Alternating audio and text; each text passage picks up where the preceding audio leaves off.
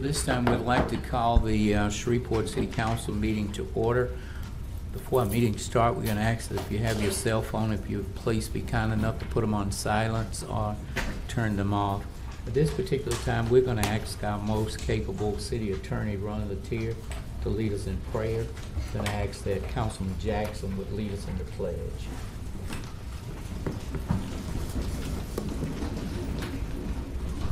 Bow your heads. Father God, we come in the name of Jesus, thanking you for the blessings of this day, Lord. Lord, we come to you repenting of our sins, Lord, asking you for forgiveness, Father. Lord, we thank you for all the blessings and all the coverings you provided to us, not only this day, but for all of our lives, Lord. Lord, we're just thankful and grateful to you that your mercies are new every morning, and your grace gives us the power to come to you to ask anything in your name, knowing it will be granted, Father. Lord, we ask that you would guide the decisions of this council. Let this council make decisions that are best for the citizens of Shreveport, Louisiana.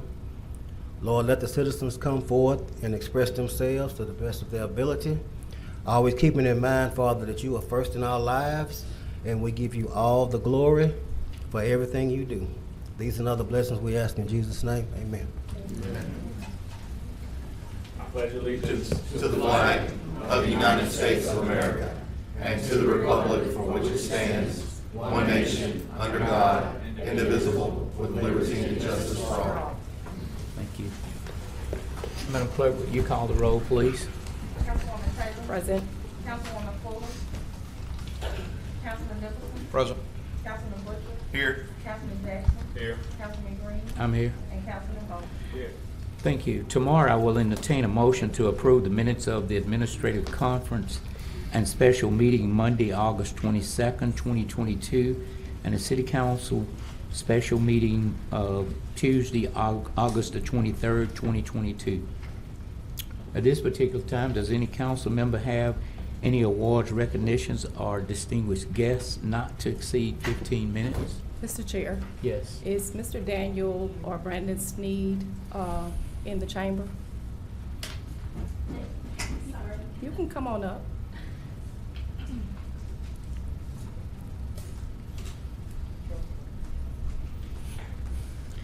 I apologize ahead of time for my voice. My daughter plays travel softball, and it was a very busy weekend, so I have lost my voice. Mr. Sneed and Mr. Daniel are in a meeting as we speak on a very important issue.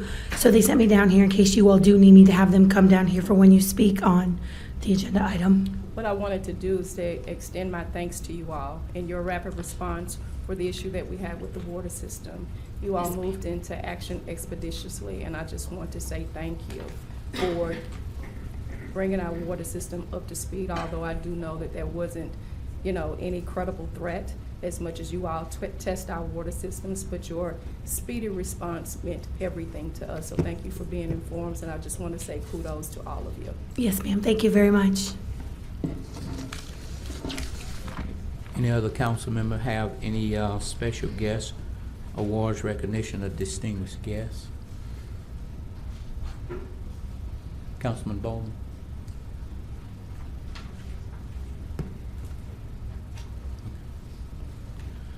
All right.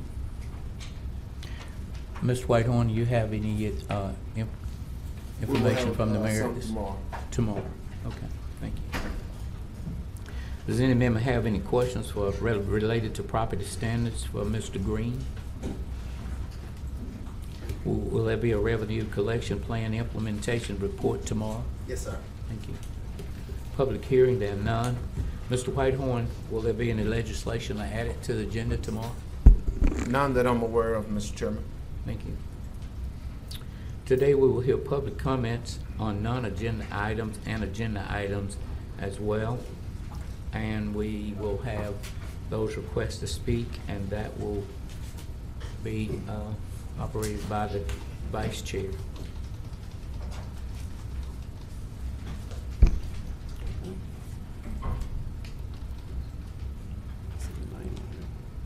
Ken Craig? I don't think he heard you.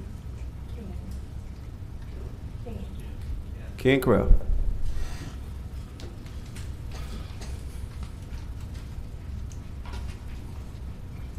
Thank you, Mr. Chairman, Council, Chief, everybody. I feel lucky today. Our youngest son is 46. And in 1978, he was in a coma for 5 days, and he was not supposed to live. We are blessed. I want to ask the public and the voters of District C to attend a forum to succeed Mr. Nicholson as our councilman, which is Tuesday, a week on the 20th at 6:30 in the Broadmoor Presbyterian Church gym in Broadmoor, and all candidates have accepted and agreed. I want to give some kudos just quickly to Public Works, and Gary Norman got me a new trash can. It took a while. And Shelley Regal and Spar does a great job. That's a lovely park on the duck pond. Just love going out there. We got a contract extension today, John. I signed, I just dropped it off at Community Development. My proposal is, since it's going to have to be routed and signed by umpteen folks, that y'all would consider rolling forward the appropriation of $6,000 to 2023. And we don't need it anymore, we just need time to get it done. And we don't have time once the contract is signed. Grayson, appreciate your help on Southern Loop, but I forgot to mention that National Highway Traffic Safety Administration requires a speed limit sign within 700 feet of an interstate interchange. And I wasn't out there, but my son told me on Friday, September 2nd, there's no speed limit sign eastbound until almost Norris Ferry. It's certainly more than 700 feet, so we need to get proper NHTSA speed limit signs. It's dark enough, and he hit a hog and totaled the car, but he's okay. And I want one more kudo for Chief Wayne Smith. I do think the homicides are down. I don't know why. I'm just glad, significantly down. Hopefully that trend will continue. Now, the last thing, I want to propose that the city consider strongly a cost of living increase for next year to help alleviate the healthcare woes and the premiums, but also to keep and attract and retain employees. No city in Louisiana does it. I get a cost of living Social Security on January 1st. Millions of people do, but we could be really forward thinking and consider a cost of living, not just a one-time 13%, but a cost of living. And finally, on a light note, King Charles III carries his own toilet seat wherever he goes. We can't get the royal rump dirty. Bill Weiner.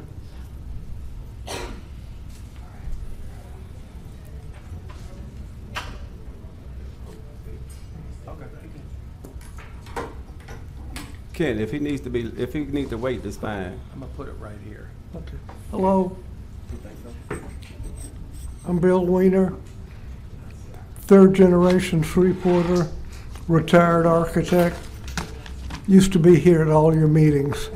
I'm here now because I'm very concerned about the city wanting to demolish the buildings on the fairgrounds. This is one of the things that makes Shreveport different than other cities. We have our heritage. We should protect it as we go forward. If there was a proposal to build something there that they needed the property, that would be different. But this is just unbelievable to tear down a building that is part of our history just because looking at bottom lines, it might make a little difference. I don't see any research governing the reason for tearing it down. It's just somebody's decided to do it, and it should not be done. And I think it's better if I use my time if I took questions. No questions? Well, Mr. Winter, I'll just make the comment that I can't hear you. I'll make the comment that I love Fairground Fields like everybody.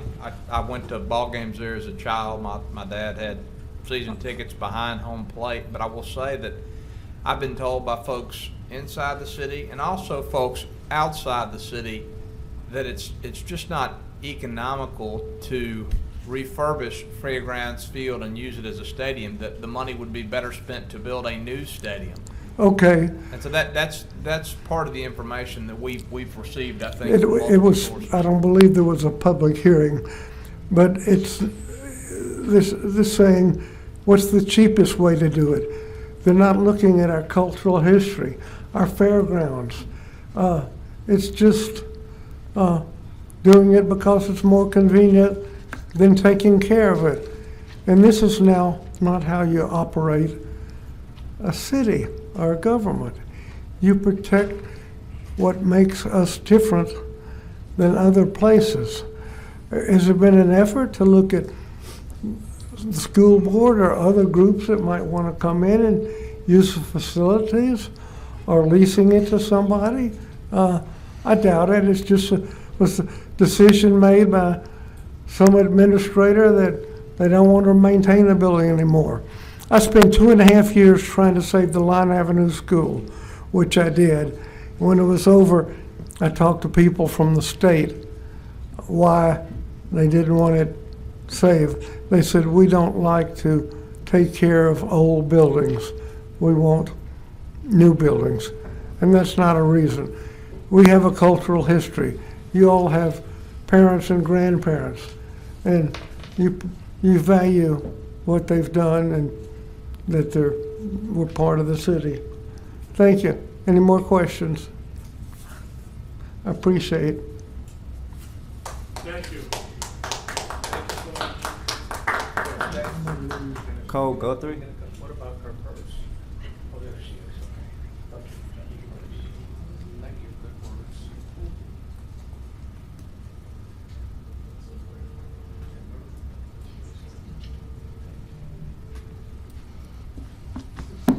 Good afternoon. Cole Guthrie, 207 Milam, Shreveport. I'm the Vice President of Development and Construction for the Yale Coleman Companies. Just like Bill, I'm also here to speak about Fairgrounds Field. What Bill is alluding to is the planning is essential. I know that most of you have been provided information through internal and external sources, but nobody has actually provided the actual reports and the data that is necessary in making these types of decisions. In my prior life, I actually was a land planner for one of the largest master plan community developers in the country. And they don't go into a development just with kind of half-cocked information. They go out and do the proper studies. They bring in experts to look at various land uses, not just for the current land use, but also what's going to happen in the future. This is a great piece of property and a great location in our inner city, and it's essential that we do what is necessary as a city for our future generations to plan it properly. In order to do so, the demolition obviously is underway, but there's still time. It has not come down. That we take a pause. That's what this group is asking you to do today, is to consider taking a pause and doing what's necessary so you can make the most sound decision. Because right now, I don't believe anybody has provided that information to the public. There was no public meetings, there was no RFP to our knowledge, where they looked at the various land uses that this stadium once can be. I know, just like John, we all remember the games and everything. We all know that it's not going to be Captain's Field. We know it's not going to be a AA ballpark. The ballpark itself was originally designed as a multi-use stadium. If you review the original plans, that was the intent. And we believe that that same land use that was intended back when it was constructed, that can be resurrected. There's many groups in public and private sectors that are here today, and also they're not here today, that have an interest in reusing this stadium. It's not too late in order to do something. So what we're here today is just basically asking you for delay. Not saying that it's going to be demolished in the future, but actually to do a delay. We have public and private money that's willing to take their time and effort to bring this information to the city government so you as a city can make the best decision. This is not just about a stadium too. It's about the quality of life for our future generations. This is a place where kids in different neighborhoods can come together in the center of our city. It's an icon. I understand what it looks like today, But that's not the option. There is an option to renovate the stadium. It is not a tear down or just leave it as is. We truly believe that there could be a plan put together where the renovations and this facility could be used for not just baseball. I understand we don't have enough use for just baseball. I mean, there's lacrosse, there's soccer, there's music concerts, there's different venues that this place can be used for. And with the proper planning and the partnerships with our public and private groups, those can become a reality. So today, I know several of us will be asking you for that delay. I think it's essential because obviously time is of the essence with the current demolition that is going down. But there's still time that we can, react and make that possible for today. I'm happy to answer any questions that you may have. Chair. I thank you for your time. Chair. Yes. Ms. Mr. Fuller. Guthrie, I appreciate you taking time to come down here, and you and I have had extensive conversations about land use. But I guess my question is, why now? We've had so many years to sit there and watch this structure kind of fester. Right. And why did it take the red flag of us actually going out for the demolition for y'all to come forward? Well, to be honest with you, we just made aware several weeks ago that it was actually being considered for demolish. I understood the bat situation. I know the city has been looking for repurposing. I know you've been approached by several groups in the past. We were just unaware until recently that you were considering actually demolishing the facility itself. Obviously, like everybody else, we have other things going on and other things in the city, but we do think this is an essential aspect of it, and it's never late. We're coming for you right now to take that pause. We're not asking you to just stop demolition, possibly. If that's the inevitable, but the proper planning and the studies need to be made, and that's what we're asking. And I don't believe there's any, effect that's going to be to the contractor or to the city by taking that step back just for the minute. And I think it's essential for the public because, again, the public has voted many times through bond issues to keep the stadium in place. That's fair, and I think that we'd like to see the city build up more than we tear down. Correct. But I think that, and I won't speak to whether or not we can or can't go ahead and withdraw from the contract for demolition. I'll let the administration speak to that. I just hope that regardless of what happens, that we've had master plans, unified development code discussions, discuss the future of this community in so many different ways. I will hope that you and other planners and developers like you will try to stay at the table so that we can get ahead of ourselves instead of always coming from behind. Regardless of what happens now, if we're ever going to self-correct and start getting ahead of things, it can't be in the 11th hour. I respect you coming forward and what you're saying now, and I get we all have other stuff going on. Right. But when we think about future land use, the only way we're going to get out of this type of cycle is by planning ahead and not waiting and pumping the brakes once the train's already going. Agreed, but just like Mr. Weiner had mentioned, that it's not too late. The stadium is still standing, so coming forward now and making those additional efforts, I think, benefit the ability to possibly save it at this time. Right. So I don't consider it being too late. That's fair. Thank you. All right. Thank you. Link Coleman.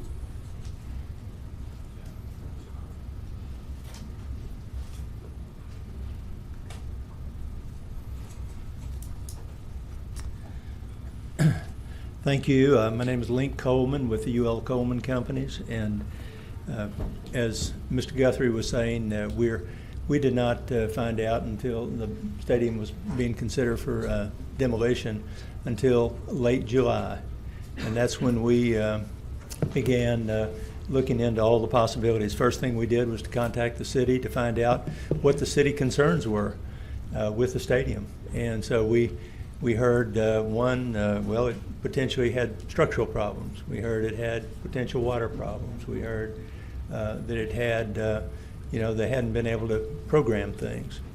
We heard that, possibly they had heard that, it costs more to renovate than it does than to build new. So we found out, we tried to address all of those items with the city. We found out, we talked to the original contractor, we talked to people that had been through the building. Structurally, it's very sound. We found out on water issues, there's a city drain line that's clogged up, and there's a small drain line that's undersized slightly that's on the infield side of the baseball stadium. And that can be remedied with a slightly larger drain line at a very low cost. So that can be done. We found out on the programming, we reached out to multiple sources, and I'll come to that in just a minute.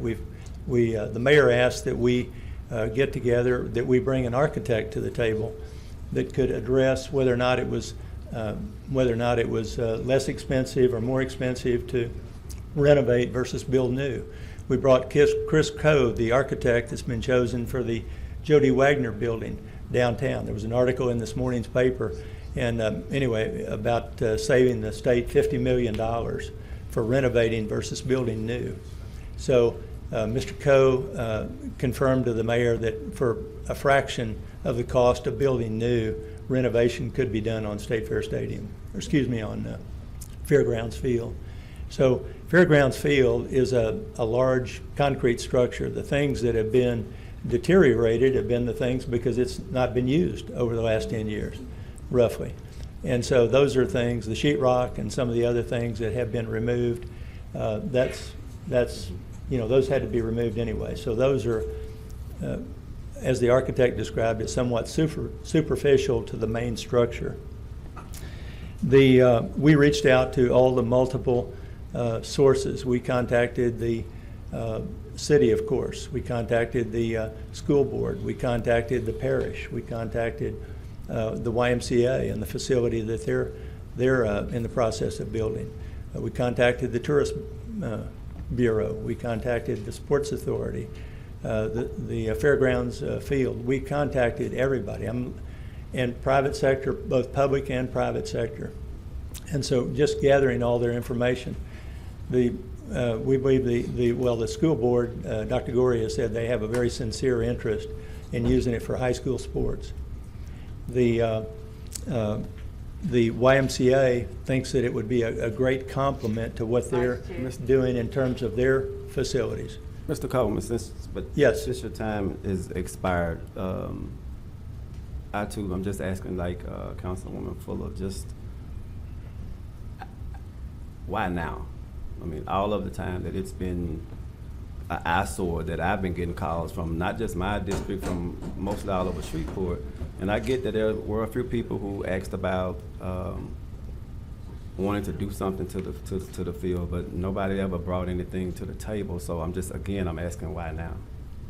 Well, because we're concerned citizens. We have found out in this process that, unfortunately, we're hearing that a lot of people have given up. A lot of people moved out of our city. We've lost in the last 10 years 13,000 people. And so, we found out about this in late July, and we just did not know about it. We also, Roy Burrell, and there's a letter that I'd like to share with you guys, and Sam Jenkins, neither one of them, it's both their districts, neither one of them knew about it. So we were not the only ones, and every multiple people that we talked to didn't know about it. So they, but if you pass why are down we coming I-20, now? If you passed down I-20, you had to know something when you saw, and that's why I'm asking. I mean, we saw this decaying and this big eyesore all this time. So I'm just asking, just why now? That was it. Well, the building, the city has not maintained the building. I'm not trying to be critical, but it's not been maintained over the last 10 years. And so nobody could use it. I mean, that was a reality. And so we didn't know, the private sector and a lot of the public sector did not know what the city was planning for the facility. And so that was just the reality of what was happening. And so we felt like it was important to, we haven't given up on our city. We're long-term players in the city. January will be 50 years for us. And so we're very interested in the Strand Theater, the Municipal Auditorium, the Line Avenue School, as Mr. Weiner was saying, and other historic buildings. All of those have been saved by citizen intervention at the last minute. The wrecking ball was ready for all of those. Well, all right. Mr. Chairman. Mr. Coleman, as I've told you privately, I have great respect for your company and your family and the contribution that you have made to this city. You're one of the most significant commercial real estate developers in this part of the state, and so I appreciate your input on this issue. I will say that I had the same concerns that Councilwoman Fuller and Councilman Bowman have expressed. The future of Fairgrounds Fields has been very publicly under discussion for all 4 years that I've served on the council. Mr. Sharkey, for example, Shane Sharkey came years ago and made a presentation to us. So I love Fairgrounds Fields, but the mayor, in consultation with the council, requested that it be demolished last spring, and I voted against that, and Councilman Butcher voted against it. So that wasn't my first inclination. However, the council made a decision, and I can't say that it was an unreasonable decision given the fact that this has been an eyesore for decades. And if the member of the council whose district is impacted has the concern and the administration has the concern, I would hate to see the city incur, for example, hundreds of thousands of dollars to cancel a demolition contract that the mayor has already entered with the approval of the council, without a very firm plan. I've indicated to you and others who have contacted me in recent weeks that if the commission or the school board wanted to acquire this property and made a firm offer to do that, and further made a commitment to restore it and maintain it, that might well be a reason to delay what's already in progress. But if the request is further delay without a very firm reciprocal commitment, I'm disinclined to entertain that. Thank you. Mr. Chair? Yes, sir. Mr. Coleman, thank you. Thank you. And I think that this is what we need in Shreveport is private-public relationships to take care of things. But I'm like Councilman Bowman and Nicholson and Fuller. We've really been discussing this since we got on the council. I think one of the first meetings we had, Mr. Sharkey came and gave a presentation, and then there was talk of it on the bond issue of the demolition, and then last year the administration brought it to us and we voted on it, and like Councilman Nicholson said, he and I didn't vote for the demolition, but I just, I hear a lot of people that come to us and say, well, why are y'all doing this? And I really think this has been out there. And I know that you can't sit and watch agendas all the time, but it has been out there. And my inclination is I'd love to see the building stay. I'd love to see you or the school board or somebody come in and fix it up and us be able to use it, because I love history. I love the history of Shreveport. But we're at a point now that it's been voted on and the contract has been issued, and I just, in good faith, and as a steward of the taxpayer money, I don't think we can get out of this contract. So I mean, I'm just afraid that we may be a little bit too late. But I would definitely support if Councilman Bowman, whose district this is in, or the mayor were to come to us with a plan, I would definitely entertain it. But I don't know what we can do as a council at this point. Chairman? Yes. And specifically, that plan would need to take any additional revenue for the city off the table. We would basically be looking for a way to turn this over for private enterprise and to the school board. And we'd also need to see a full strategic plan of what the entire land area development will look like over the span of 5 to 10 years, including the ballpark. Like, what else in that surrounding area would be planned for this? How much of it would be private enterprise? How much of it would be going back to the school board? And a memo of understanding with the money up front that the school board actually wants to purchase and maintain this for their ball games. Otherwise, just to open an old wound. I don't know how this would be any different for us to just pump the brakes on this and say, okay, bring us some plan in a few months, than to be like, okay, let's go ahead and do what we were talking about over on the bayou. So, I mean, just to be consistent, for me, what I would need to see if we're going to actually pump brakes on this, it would be that. No revenue from the city, cover the cost of getting us out of the contract for the demolition that's sitting there now. I just added that one, I'm sorry. And then show us the money from the school board and show us the money from private investors and a full plan in 3D of what we're talking about here. So you can see how it actually works with the fairgrounds, with Independence Stadium, with Hirsch, and everything in that area. I don't think I'm demanding, but I don't think I'm unreasonable. No, I think you're not unreasonable at all. And if I could have a few minutes of your time, I mean, I think this is precious time. We're not here just to save Fairgrounds Field. We're here to save the neighborhoods, the inner city neighborhoods. I mean, we're creating the donut effect. We have in 1980, we had 206,000 people in our community. In 2020, we have 187,000 people, a little bit over, in our community. We have the land area in Shreveport is about 5 times the size that it was in 1960. So we have a model that's very difficult, if not sustainable, to address. I think the things that you're asking for, Ms. Fuller, are all very reasonable. What we're proposing to do, we're asking for a 6-month pause in the demolition. So we have preliminary interest and commitments, in doing the funding. So during that time, we would put together the comprehensive plans. We would for renovation of the stadium, bringing it all up to ADA code, all the different codes. We would, during that time, we would price the cost of the renovation. We saw your plan, so I get that, but for time's sake, maybe we can talk about the rest of this offline, but it's tight.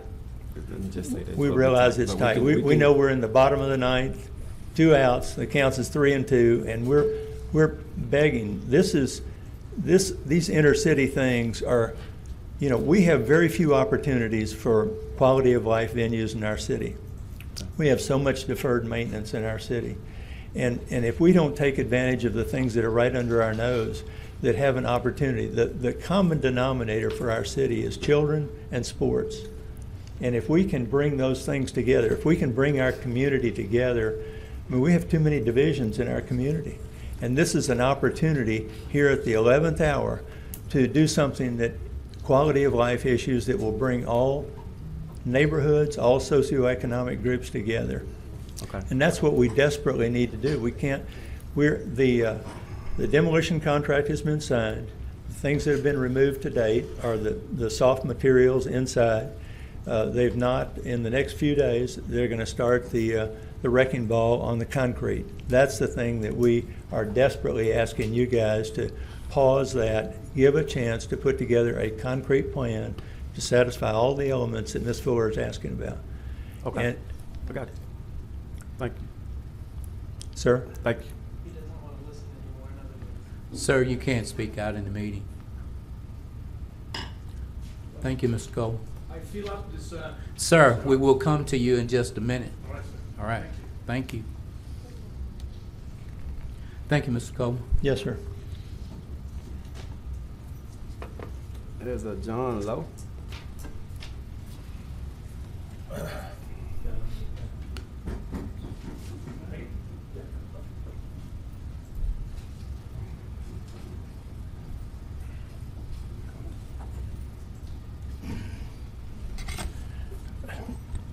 Thank you, Mr. Chairman and members of the council. My remarks may be a little bit redundant, but anyhow, I'm going to make them for a few minutes.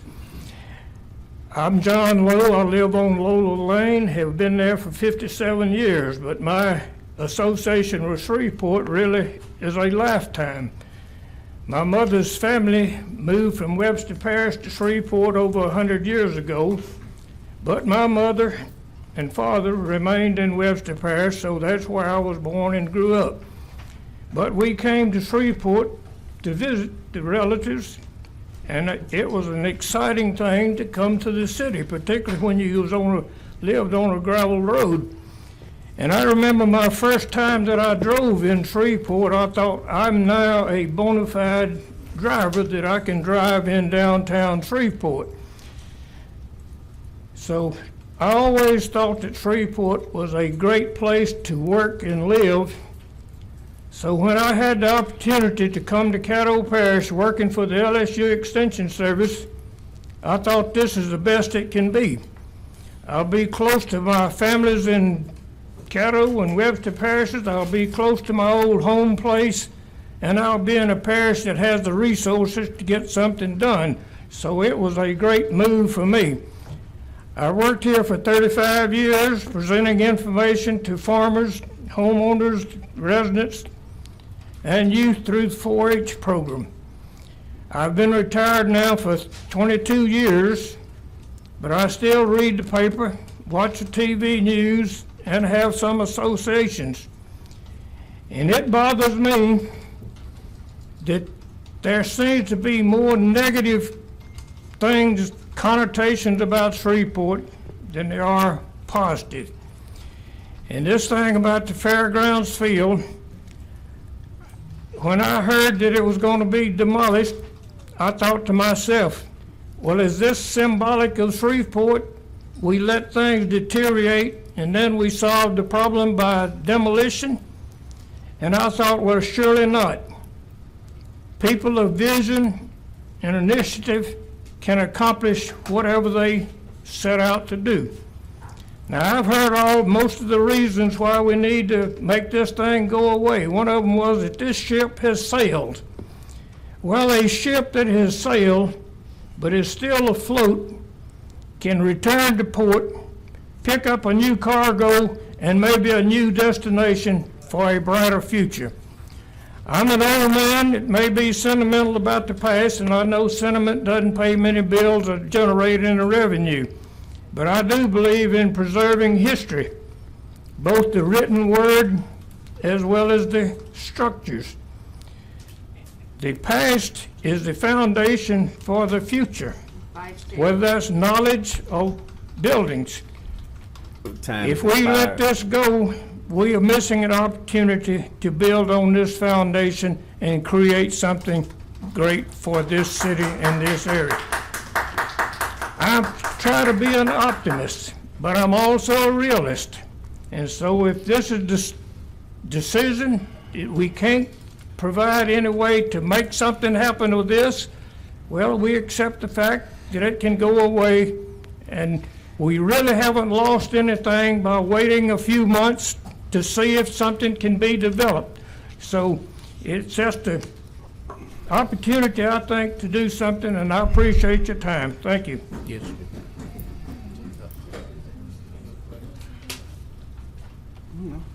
Barbara, Sir. Barbara Good afternoon. Sellers. Sir, your name hadn't been called. Oh, I'm sorry. I didn't hear. Okay. Mr. Romano. It's Dr. they'll- Romano, yes. Dr. Romano, they'll call your name before you come to the podium, then you'll have 3 minutes. All right. You're asked to state, Dr. Romano, you'll be asked to state your address, but you don't have to, but it's something that we request you do when you do come up, okay? All right. All right. Thank you. Thank Doc, you. did you turn your slip in to the clerk though? Yes, I did. Okay. He just hadn't got I'm to it. making sure that it's done. I just saw him holding one up. Barbara Sellers.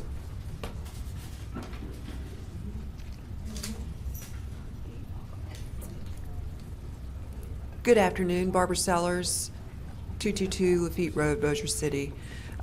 Here today just to speak to council as it relates to the proposed health care changes for 23, representing the active and retired firefighters. We understand there's been a lot of work that has gone forward to date. Coming out of the September 7th meeting, we all understand at this point that the major portion of the health care plan was rejected and will default back to 2022. And so with that being said, we ask that you as the decision makers in this process would consider letting it all default back to 2022. It would seem that it would be a much more defendable process. There's still elements within the process for the proposed recommendations that will go before you for consideration that have been raised. I have received calls from retirees, again, concerned about the Medicare Advantage portion. Although it is an option, there's still a lot of confusion whether or not their doctors will be accepted. And as we appreciate the same concerns that were expressed last year at this time, that their physicians will not be accepted if they utilize Willis-Knighton properties, Willis-Knighton services. So we ask that council would consider just going ahead and placing everything back in the 2022 posture which is going to be a much more defendable decision. I think it will reinstate some trust at this point. I think a lot of our members are so confused about where we are in this moment, and they're very confused, still trying to figure out. We're still fielding calls about the decision that was made on the 7th, and even though there has been a press release, and even though there has been internal communication, unfortunately, it's still coming in as far as exactly where everything stood at the conclusion of the 7th meeting. So with that being said, I would ask strong consideration for council to maintain the current benefit structure as it is today into 23, and let's all get to work in January on this process so that this time next year it will certainly be a seamless transition, and all the city employees involved and impacted by these decisions will know beforehand what's coming, and so that proper preparation can be made, and so that we can work together. And the last thing that I will say, and this has been discussed on many forums, one of the ways that we can work together, many years ago there was a mayor's internal task force. It was used for other opportunities to work together, but maybe a task force based with every representation from each department, having some members from retirees to actives, to be able to speak to the Healthcare Trust Board, to bring forward some concerns so that we can maybe vet them before they hit the public forum. Thank you for your consideration. Jill, folks. Mr. Chair? Mr. Chair? Yes. Real quick, Ms. Sellers. So, through all of what you just said, I'm assuming that the firefighters union is against the three-tier option is not on the table because it didn't pass. But the Medicare part is, and I'm assuming that you're against that as well. There's the same concerns, Stan, Councilman, that were raised about the three-tier that failed. Was there a proper RFP process? Will Willis-Knighton physicians be included on that plan, on that Medicare Advantage plan? And they clearly are not. And so many of our retirees are concerned about it. Yes, it's an option, and we are clear on that.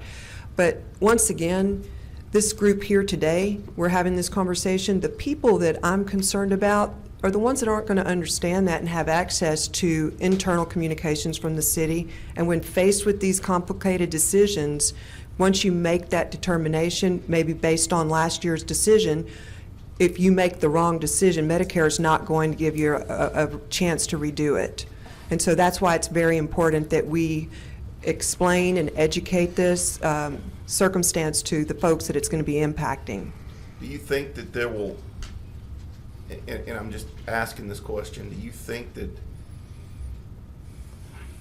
I just, the whole thing to me, like I stated in the last meeting, and I've had private conversations about it as well, the RFP and all that, but at some point, and I'm just being a realist here, at some point we're gonna have to make some changes to healthcare. We are. Luckily right now, we've had a robust sales tax this year. I mean, but we don't ever want to be back where we were years ago. I just feel like that at some point, and I think it takes the police and fire unions, I think it takes all the city employees, the department heads, going in and educating what's going to happen, because I think we all sitting up here agree that the status quo can't continue. We're going to have to look at rising costs, but we also have to keep in mind that if the city's cost is rising, so are the retirees and the employees. So it's a fine line, and I think that a lot of the breakdown that I'm seeing is that the involvement from organizations, that y'all don't feel like y'all have the involvement that you needed to be able to go out and educate your members. And so, but I'm just saying that, and I said this last year, at some point we're going to have to take a real hard look, but I can't, in good faith, tell your members that they can't go to their doctor anymore, especially when a lot of them are faced with some really, really critical issues and are on a fixed income and haven't had a raise in a long time. But I don't know where we go from here. I've got 4 more years left, unless I turn around and walk out at some point. I just don't know how we can continue to have this debate every 4 years, or every year for the next 4 years. It's going to be difficult, and I just want to send that message that if we can get over this hurdle, we don't need to fall asleep and think everything's fine, because it's going to come up again. And I think it'll come up again with whatever administration we have. And I just think that we're going to have to all get together and work together, the council, the administration, your organization, other organizations, retirees, and understand where we are and what we can do. Because I think that the number one asset that the city of Shreveport has is its employees. And we're going to have to protect those employees, but we also want the employees to be able to have a job. And so Maybe the best way to do that is to stand up some type of task force that can help educate the Healthcare Trust on maybe the historical factors as it relates to why certain aspects of benefits were in place, because we have a lot of institutional knowledge and a lot of things that have occurred, but unless we as historians bring that information to the table for consideration, it gets lost. And it appears that it was maybe irresponsible decisions when maybe 5 years ago, 6 years ago, to cover the health care cost was in lieu of the inability to give a raise. So there was things that have happened. I understand these discussions need to go forward. We are willing to assist any way that we can. that's just, I mean, you've got my support on, I don't want to see any employee or retiree suffer because their health care is going to change. But I do want us all to understand that we are at a point that we're going to have to do something at some point, and I want everybody to come to the table. So, Thank you. thank you. Mr. Chairman, Yes, sir. I just want to direct a couple of questions to the administration to make sure I understand what came to us last week. First, I understand that the Medicare option for retirees is just that, it's an option. Is that correct? That is correct. So nobody is going to be forced by the change that the Healthcare Trust Fund Board approved to go with the Medicare Advantage plan? That's correct. Okay. The second thing I understand is that the costs for using Willis-Knighton are not going to go up from what they were in '22 in terms of deductibles and so forth. Is that largely correct? The only thing that changed is $100 emergency room cost. But Other everything than that, else, there were is, I no mean, costs. I asked because the numbers I've seen, they're just exactly the same, not That's a dollar correct. change. And we're So- talking about the Medicare plan. Well, we're talking about the non-Medicare option for retirees. Okay. Okay. That's for retirees then. And so, so with those two questions answered, I just want to make this point.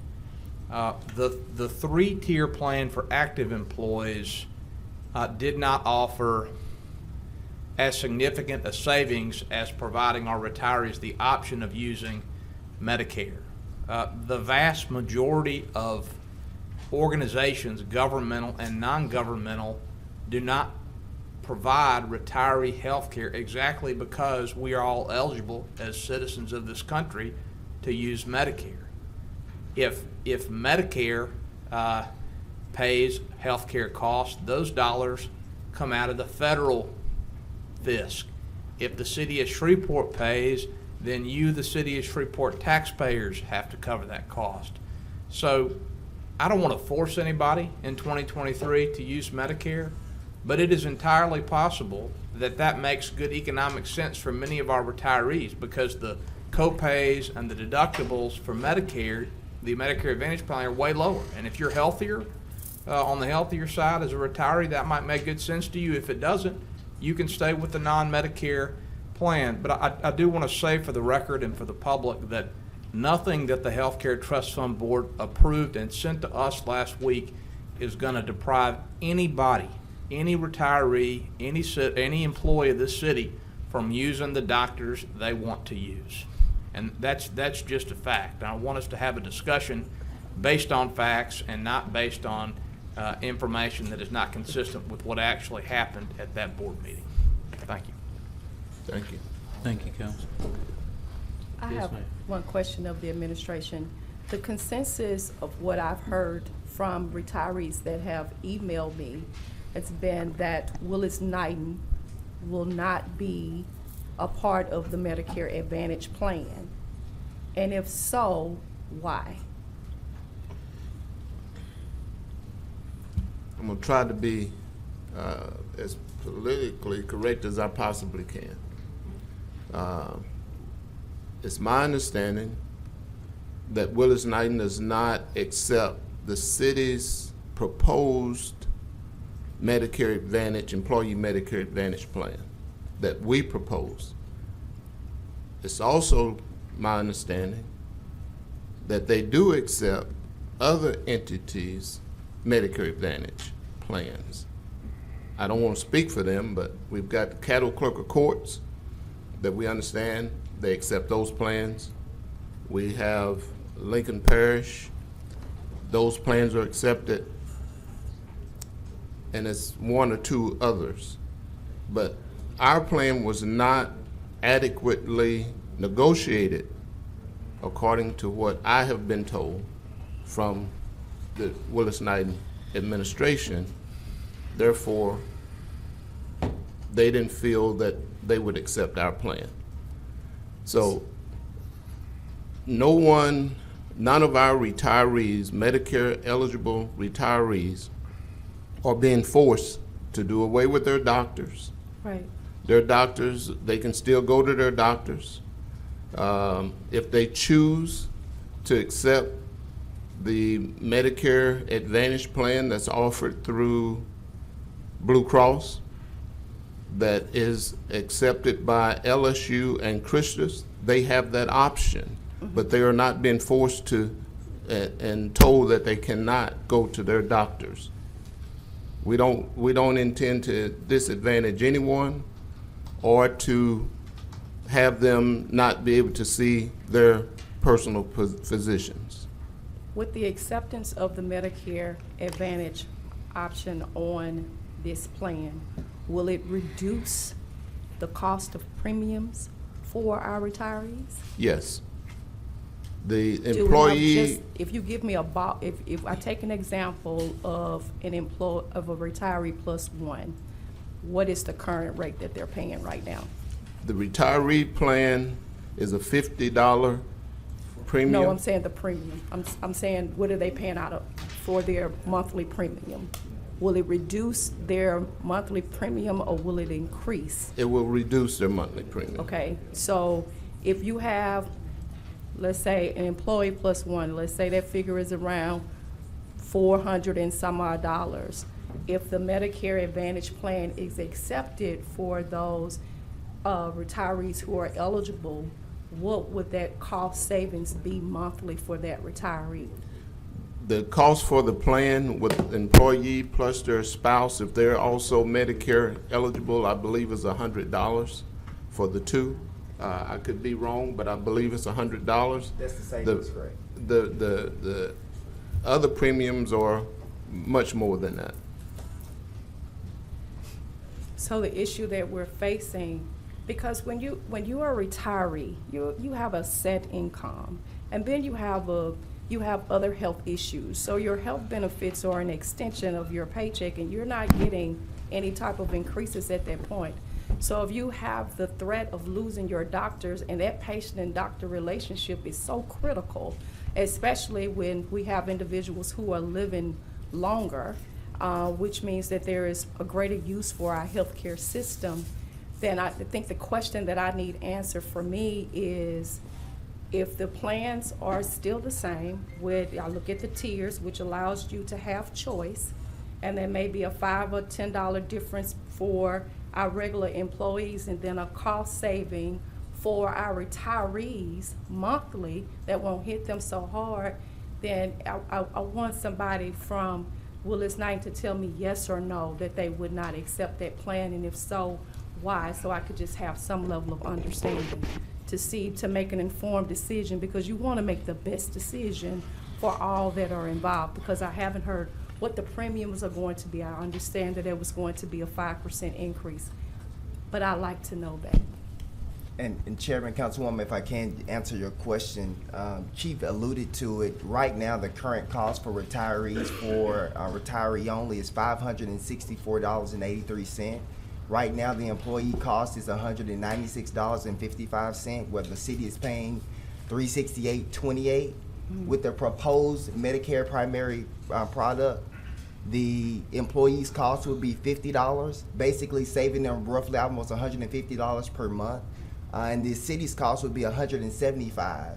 And that's a rough estimate, so it's about $226 the product total per month. So that's total savings. We're saving about $340 per month per enrollee. And so with the premium cost alone, we're saving dollars, not alone with the medical expenses alone. But that kind of gives you an idea of what we would save per person that would actually join this plan. And so, yeah. Okay. Thank you. Mr. Chairman? Yes, sir. And just to finish up my comments on it, and Willis Knighton is here. They can speak to it if they choose.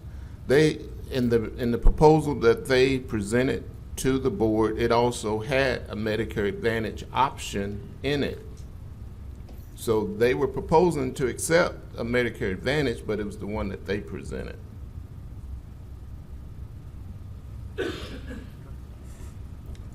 Jill, folks.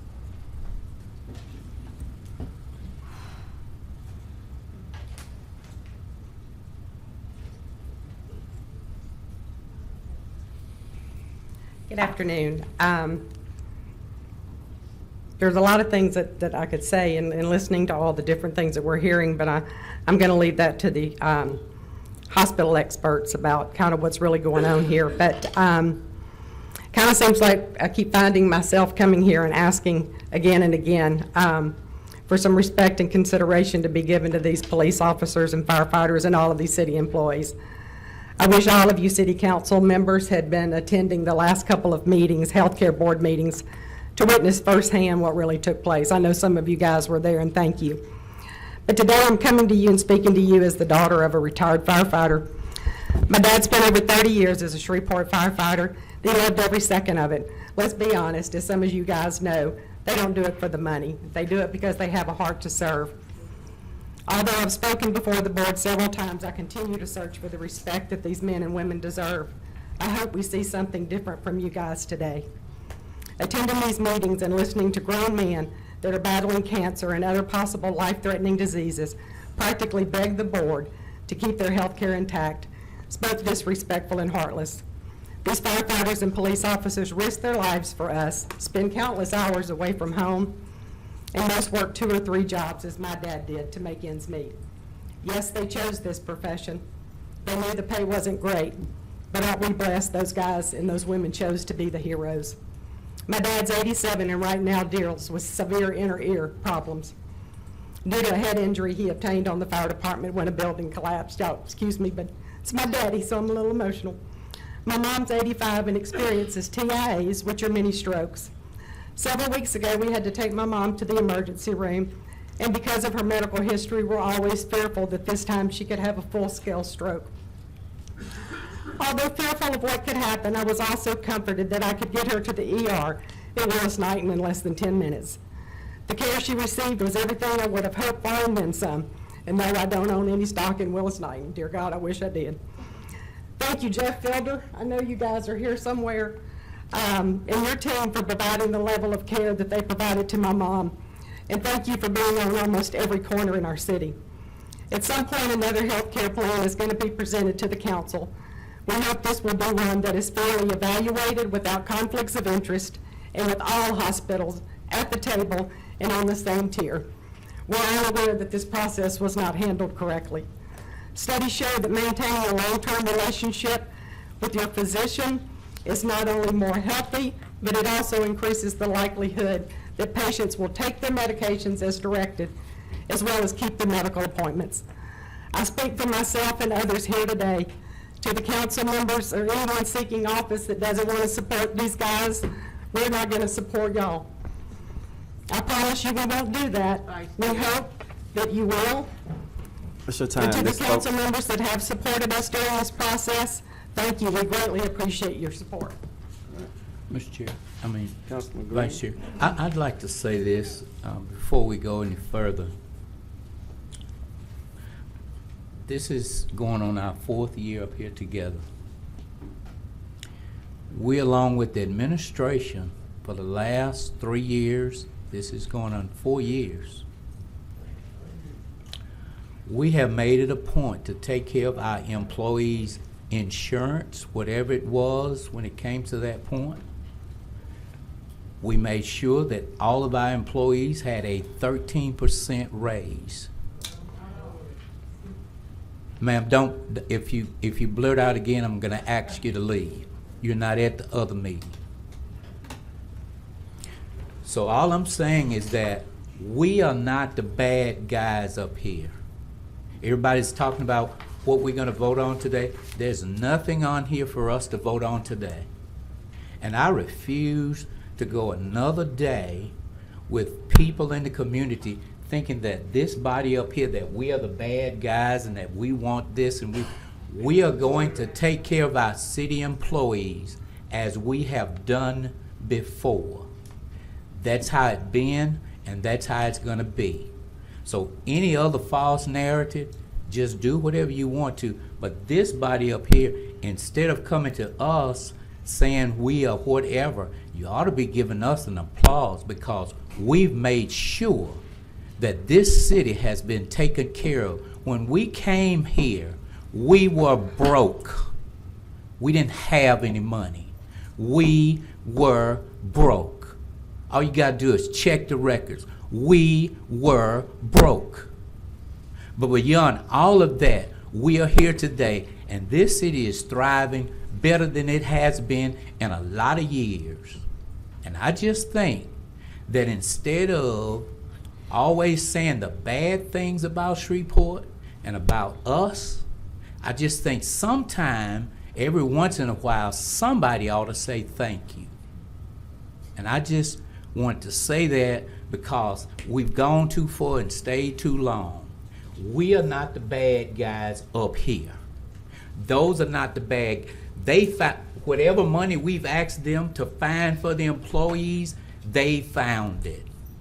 Whether it was for the insurance, whether it was for the raise, they found the money. So instead of giving them hell and brimfire, somebody ought to say thank you every once in a while. It just pays to be nice. Sometimes in life, you have to understand, there are some things lawful but not expedient, and there are some things expedient but not lawful, meaning you have the right to come up here and say whatever you want to, but is it right? Every now and then, you ought to look to the left or look to the right and tell whoever is sitting beside you, hey, thank you for having this seat beside me, because you could have chose to do something else. Thank you. Carry on. Mr. Chair.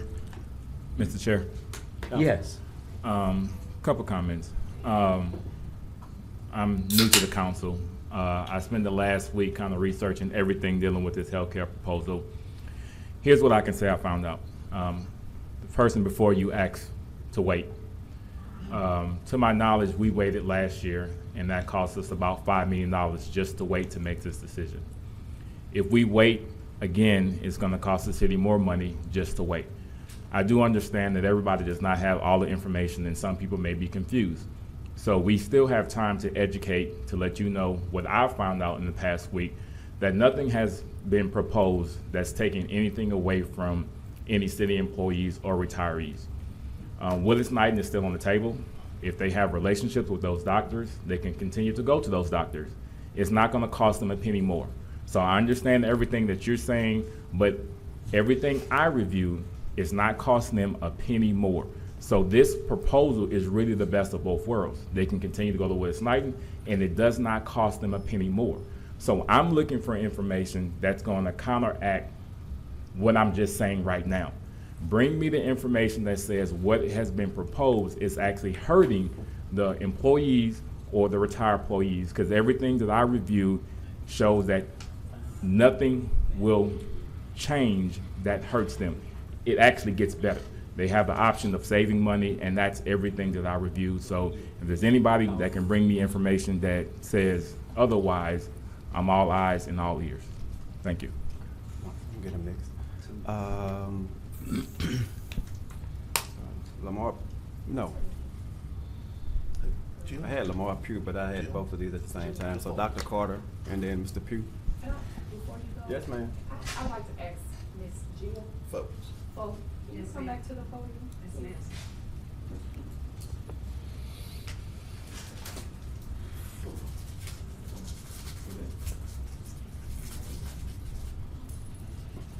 Yes. Jill, if you don't mind, for my clarification. Yes, ma'am. Tell me what it is that you know that's going to change about. Okay, well, first of all, and again, I'm not going to be the medical expert, so I'll leave that to the Willis Knighton crew. But our understanding and looking at the documentation, there is increase in the deductibles. And with all due respect, Mr. Nicholson, when you get to the age of being on Medicare, not every doctor is excited to see you. When you get 87 years old with a pre-existing illness, they pretty much don't have to, you know. So for them to have to be forced to go on a Medicare Advantage plan that Willis Knighton is not going to take, well, I wish we could have had Dr. Ricky Davidson here today, and I'll gladly send any of you the video of him speaking, or Susan Cash, who was a nurse with Willis Knighton for 40 years, talk about the disaster stories of people who were put on the Medicare Advantage narrow network. Everybody wants to leave those words out. Not only Willis Knighton, there's lots of hospitals, and Ricky Davidson spoke to it. Lots of specialists, lots of doctors and other hospitals that will not take it. And what difficulty they come across with these narrow network advantage plans as someone gets older. So for the fact that my dad could get cancer and then suddenly not be able to see a physician that he might have been seeing for years, I'm fortunate my dad doesn't have that. So let me make sure I understand you. So the deductible increase. I'm having trouble I'm hearing sorry, you. the Okay. deductible increase is number one. Right. Two is the choice of Medicare Advantage, because it's not forced on you, it's a choice if you want to take it, if this plan was Right. Or you can take Medicare, regular Medicare, which again, there's no guarantee that those doctors are going to see you as you get older. I experience it with my mom and dad all the time. And number three, are you saying premium increase? I'm not sure about the premium, I couldn't tell you, but I know the deductibles are I more. just wanted to make sure that Yes. I understood your concerns. Yes, Okay, thank you so much. Mr. Chair. Yes, sir. Mr. Chair, I'll make the further comment that one of the reasons that what the Healthcare Trust Fund Board has proposed seems reasonable to me is that no one will be forced to elect the Medicare Advantage plan. They will have the option of staying on a PPO plan, similar to what we've had in 2022. And if they do that, their costs for using Willis Knighton in terms of deductibles and copays will not change, with the exception, as Mr. Wadhorn noted, of a $100 increase in the deductible for an emergency room visit. So, look, I'll just make this request. If you are a person who enjoys the respect of this community, particularly if you are a healthcare professional, if you want to criticize the process that the city follows, by all means, do that. If you think that there should not be a multi-tier plan where there is a slightly lower cost for using certain hospitals, it's fine to make that argument as well. But don't tell retirees in our city that this plan is going to deprive them of access to physicians at Willis Knighton, because it's not true. And it's not responsible to tell people that, because when retirees hear that, as Ms. Folk's comments indicate, it scares them to death. So please don't do that. Let's argue about the facts, okay, and then we'll make a decision based on those. But don't try to scare people into thinking that the change that the Healthcare Trust Fund Board has proposed is going to deprive them of physicians that have treated them for decades, because that is emphatically not true based on the documents that I have seen. Thank you. Dr. Clark.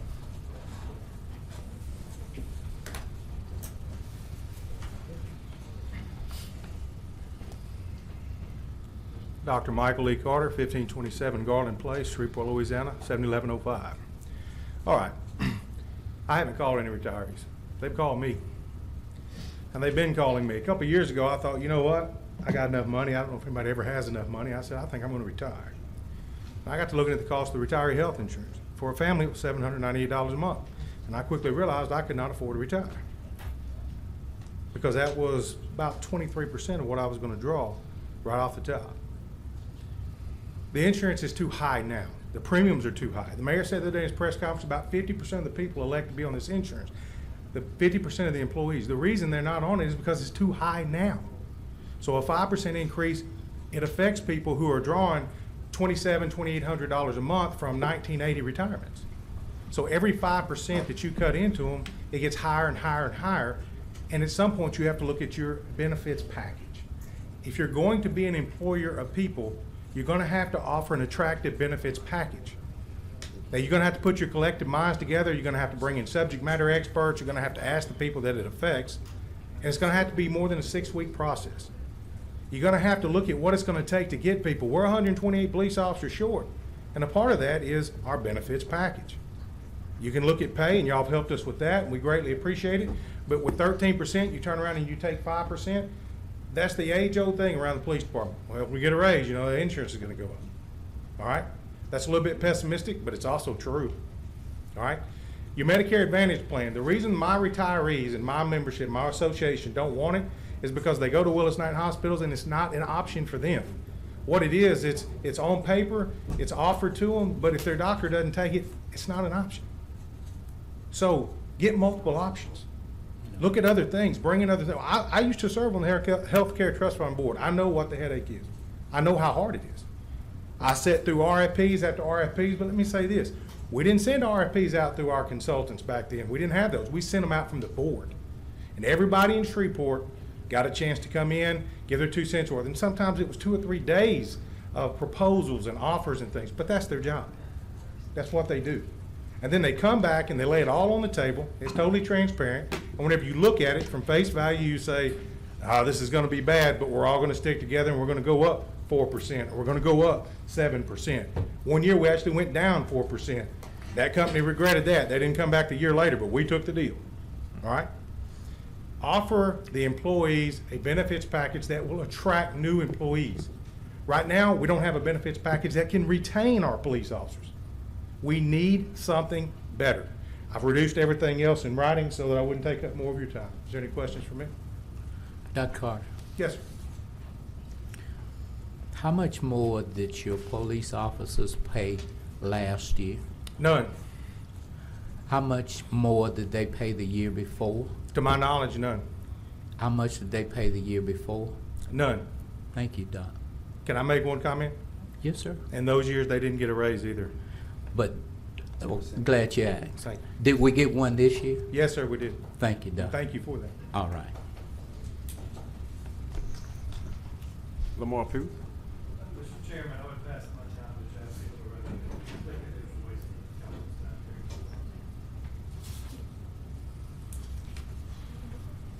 Chad Fielder.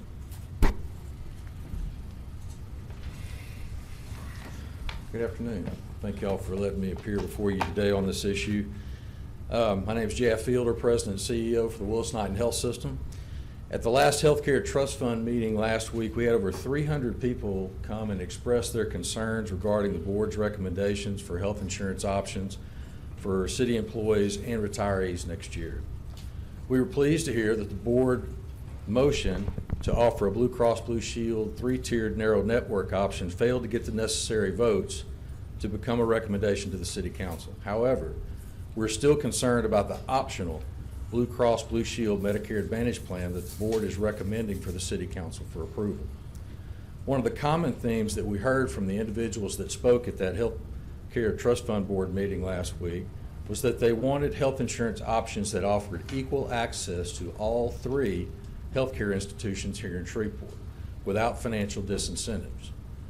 Earlier this year, Willis-Knighton presented a proposal from Aetna on their Medicare Advantage plan. This plan would have given city employees and city retirees equal access and a benefit structure, equal benefit structure when they chose any Shreveport hospital. That includes Oxnard LSU, Christus, or Willis-Knighton. It is true, Willis-Knighton does not contract with Blue Cross Blue Shield's Medicare Advantage plan that the Healthcare Trust Fund Board is recommending to you at this time. Last year, the board tried to bring in this plan and at the last minute decided not to do so because we brought up some language that was in the schedule of benefits that was really concerning to us, employees and retirees. And some of those statements include, review the provider directory or ask your doctor to make sure that doctors you see now are in network. If they are not listed, that means you will probably have to select a new doctor. Another statement included, except in an emergency or urgent situations, we do not cover services by any out-of-network providers or doctors who are not listed in our provider directory. While we acknowledge that Medicare Advantage plans is a common way for employers to control employee and retiree health care costs, you have to educate your employees and retirees on the pros and cons of selecting a Medicare Advantage plan, because the devil is in the details. Certain providers do not contract with all Medicare Advantage plans. In this situation, Willis-Knighton does not contract with Blue Cross Blue Shield plan. At the Healthcare Trust Fund Board meeting a few months ago, it was said that over 60% of employees and retirees at the city seek care at Willis-Knighton.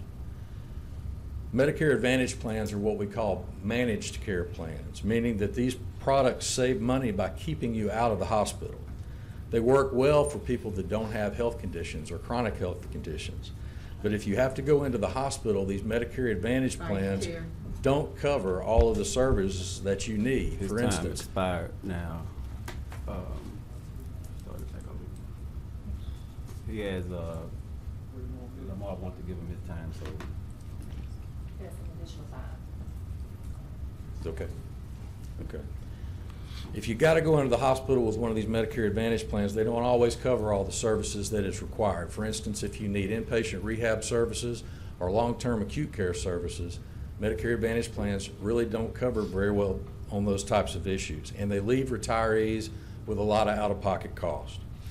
The Center for Medicare and Medicaid uses a 5-star quality rating system to measure the experiences of Medicare beneficiaries with their health plan and their health care providers. It's called a star rating program. Health plans are rated on a scale of 1 to 5, 5 being the highest. The Aetna Medicare Advantage plan that we were proposing actually received higher quality scores from CMS than the Blue Cross Blue Shield program that's being proposed to you today. Aetna received 4.5 stars. Blue Cross Blue Shield received 3.5 stars.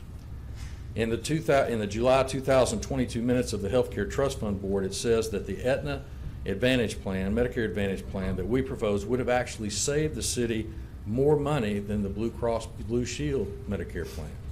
So I ask you this question: if the Aetna Medicare Advantage plan that Willis-Knighton proposed included equal access to all 3 healthcare providers, had higher quality scores, and saved the city more money, why is the Healthcare Trust Fund Board recommending the Blue Cross Blue Shield Medicare Advantage plan to you for approval?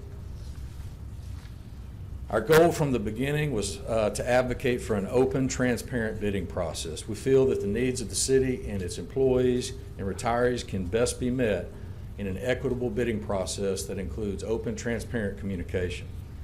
I believe that there's many of us here today that feel like the bidding process that was conducted by Gallagher, which was the city's benefit consultant at the time, has been anything but open, transparent, and equitable.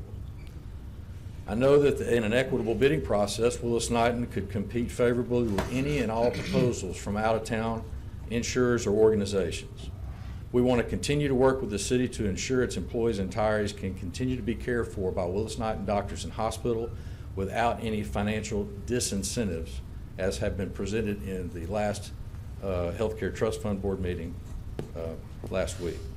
I also like to reaffirm, if given the opportunity, Willis-Knighton would like to continue to cooperate with the Healthcare Trust Fund Board to ensure that those healthcare choices are available to city employees and retirees going forward. But until an open, equitable bidding process can be conducted, Willis-Knighton supports Resolution 123, which rejects the proposed changes to the City of Shreveport's employee and retiree health insurance plans for 2023 that were recently approved by the Healthcare Trust Fund Board. Thank you. Thank you. Any questions? So, Mr. Felder, Yes, ma'am. According to you, when you say with the Blue Cross Blue Shield and the details. If those review the provider directory, accept emergency, any out-of-network doctor, if that information wasn't included in their declarations, would you all accept that? Ms. Taylor, those are just a couple of examples of the language in that schedule of benefit that really gave us heartburn, as well as the retirees and the employees, well, not the employees, but the retirees. I'd have to look at the schedule of benefits, but there are a list of things in there that really make us pause when we would recommend a plan like that. So when you hear the concerns of Ms. Jill, as she's articulated by her parents, who are up in age that have served this city, does it not make you all as a unit go back and re-examine what it is that you would be willing to offer for those retirees if this was the plan of choice? Ms. Taylor, we put together a plan that was more economical for the city, with a plan that had better quality scores and included all three providers. Okay. That's what I don't understand, is why the city, or why the Healthcare Trust Fund Board has made a recommendation to include a plan that does not contract with Willis-Knighton, knowing that 60% of their retirees and employees get care from Willis-Knighton. So is it 60 or is it 50-50? No, it's 60-40 according to the Healthcare Trust Fund Board minutes earlier this year. Okay, because I've heard a different number that is 50-50. But needless to say, if this is the option that they approved in looking at plan design, I ask the question again, would Willis-Knighton be willing to go and sit down at the table with Blue Cross Blue Shield regarding those particular negotiations for the retirees, if this was the choice, and knowing how important this is to the retirees, because what we've done is voted down the plan for city employees, right, which, okay, we're at ground zero when it comes to that. But for the retirees, that was 7-1 that abstained from the vote. How do we fix that? When you hear the cries, and I'm just, because she's here today, I've heard them all last Wednesday when I was at the meeting. What do we do as it relates to that? Because it has been said that Willis-Knighton accept other plans with Blue Cross Blue Shield, right, in various parishes. So what is it that the city of Shreveport, for its retirees and what we have that's faced upon the table, what do we do? Because it was befitting enough for the board to go over there and vote for this choice plan.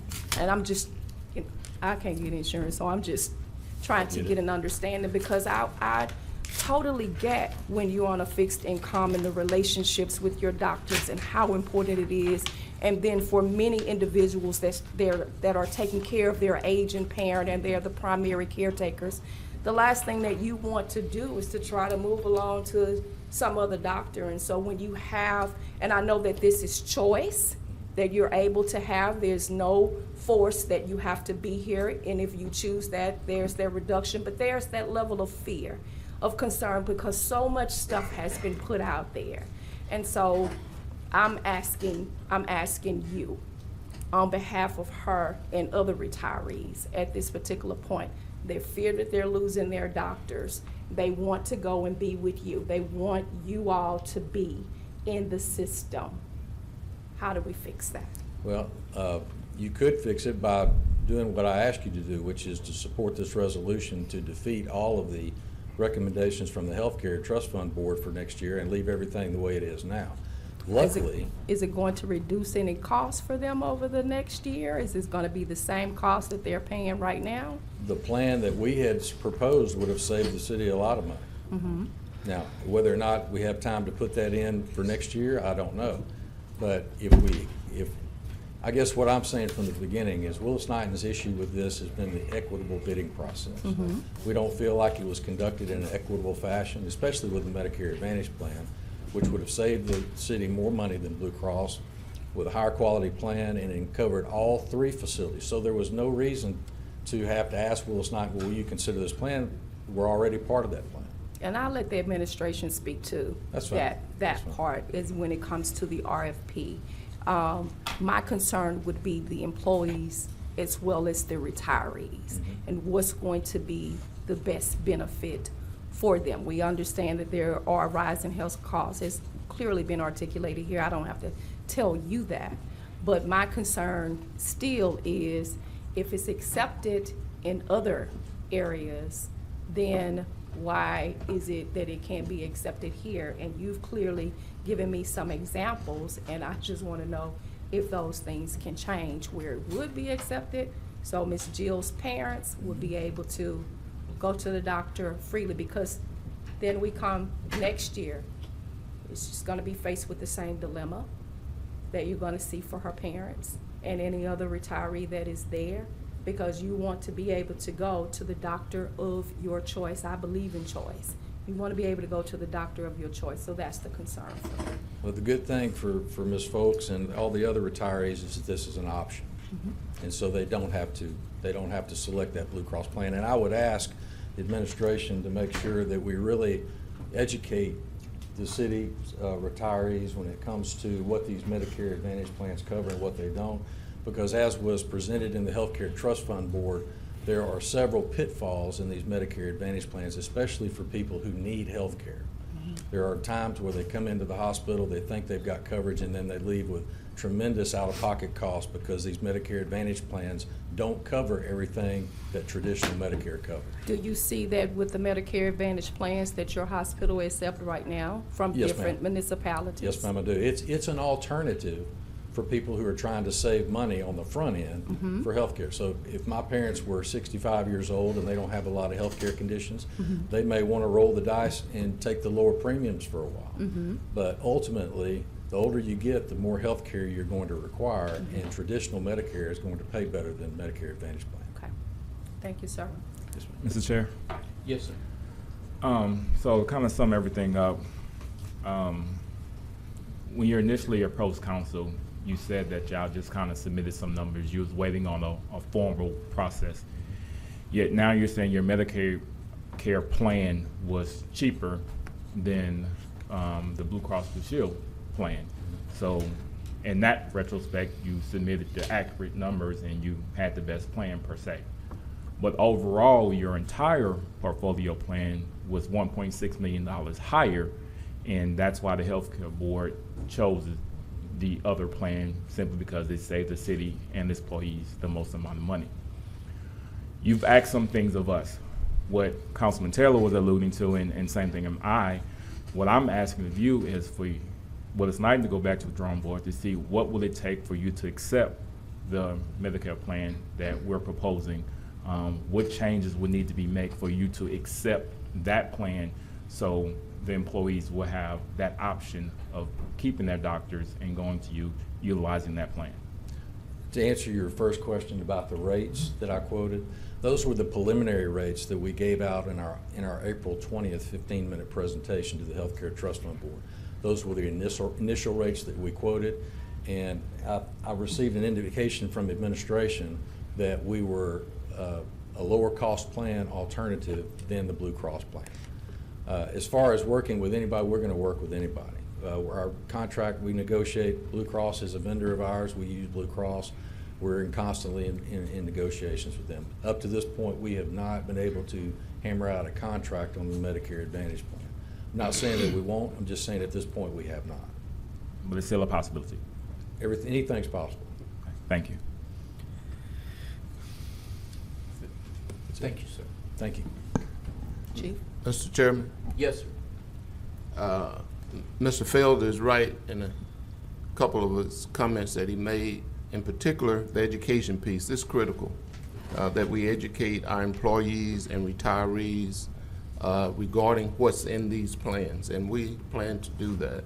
We have a new consultant on board now, and that is probably one of the biggest things we've talked about, is how do we educate our employees and retirees as to what's in these plans and give them enough time to adequately choose what's the best plan for themselves and their families.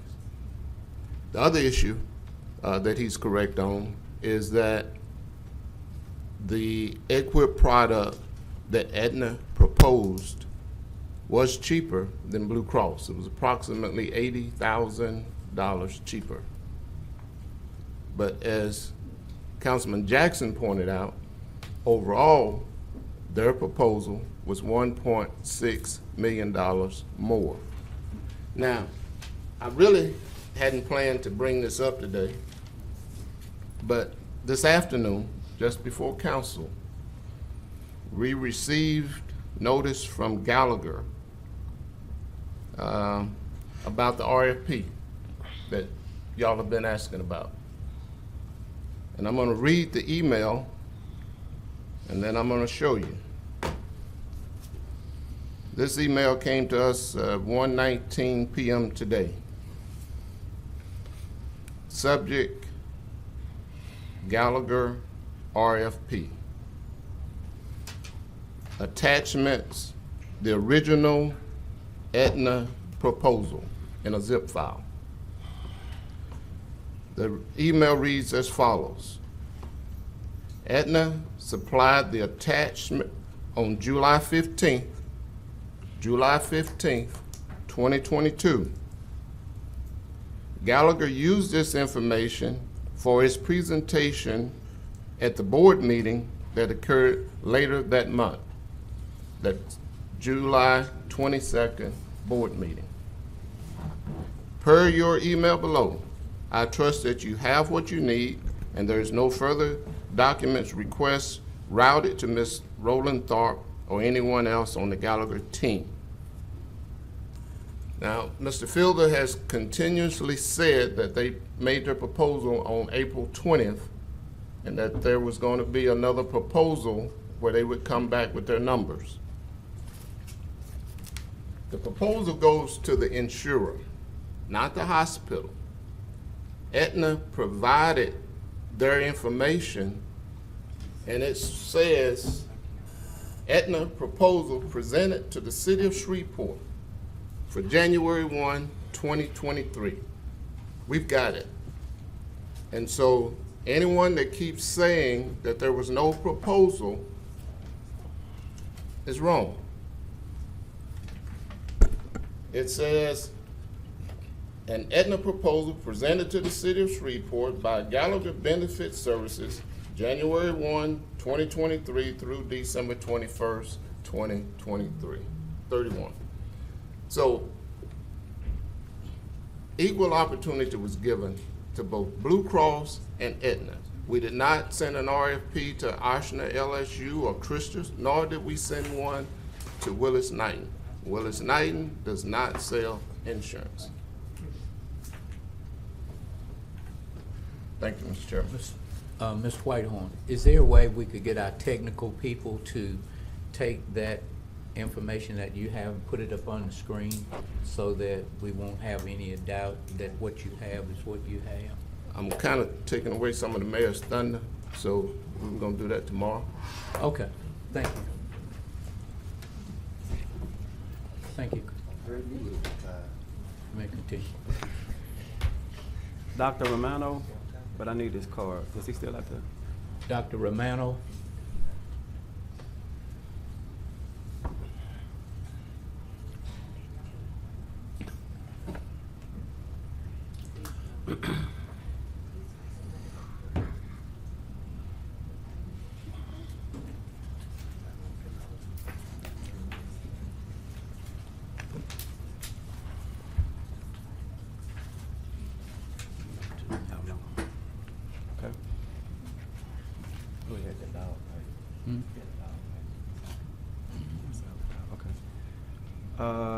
Steve, make sure I say it right, Pilsler?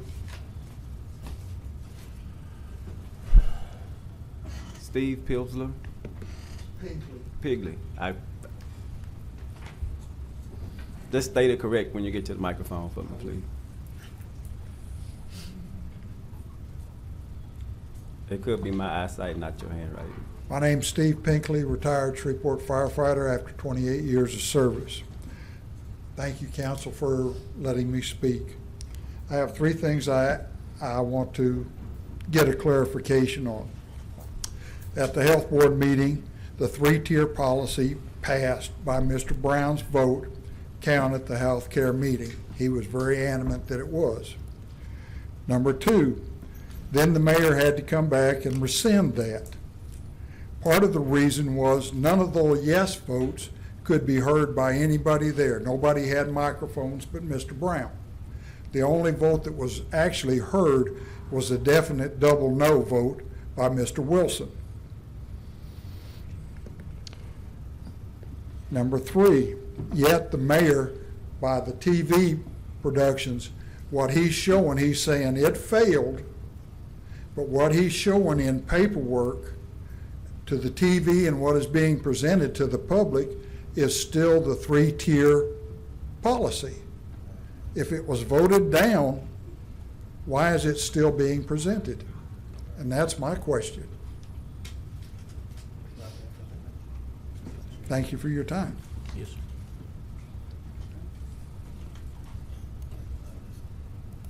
Dr. Romano? Yes. Thank you so much for having me. Yes, sir.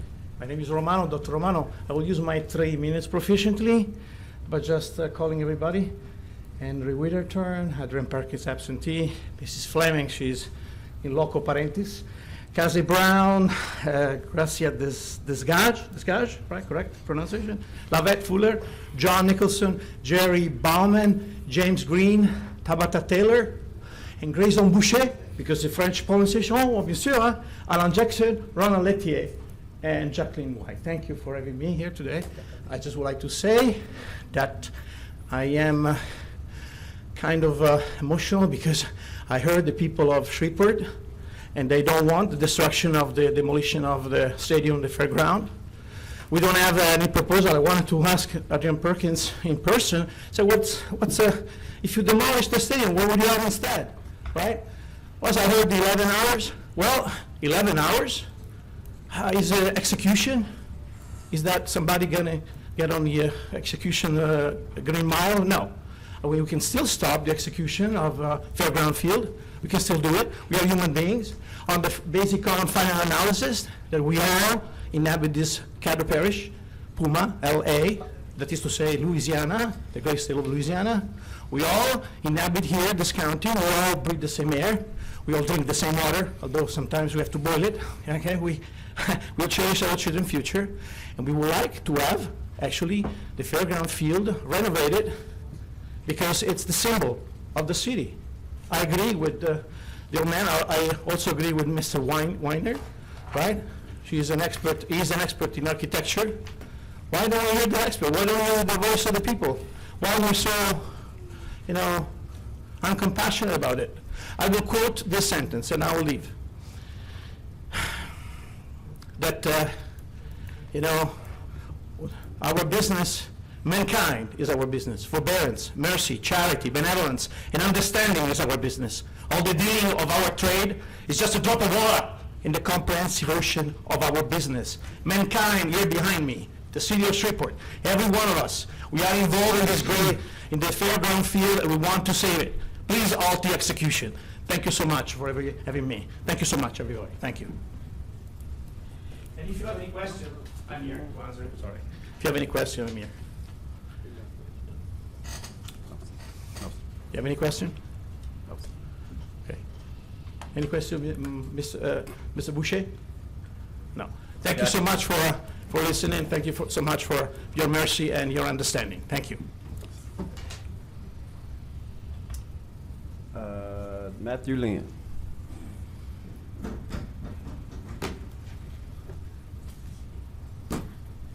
Good afternoon, Matthew Lynn, 627 Rutherford. Reverend Green, this is your thank you. So thank you for putting agenda item 122 on your meeting for today and for tomorrow. The way that mental health works is that there's several different sifters that follow through. People don't just end up in a shopping cart going down Uri Drive. They don't just end up barricaded in their home. They start off usually with a phone call and they do a reach out for help. I know this because I worked a 988 call center that was recently brought to Louisiana through federal money, through the state. I'm speaking on my own, but I serve as the chair of Northwest Louisiana Human Services District, which represents 9 parishes in Northwest Louisiana, providing mental health for the area. When I worked for 988, I was a suicide counselor in Tallahassee, Florida, and commonly came across people that were cracking. They hadn't broken, but they were cracking. And I want to commend Chief Smith and Captain Amy Bowman for the efforts that they have had. For the past 3 years, we have been working together trying to recognize that to every single person out there, they are not a nail to a hammer, and that sometimes the police can aggravate a situation more so than they could soothe the situation.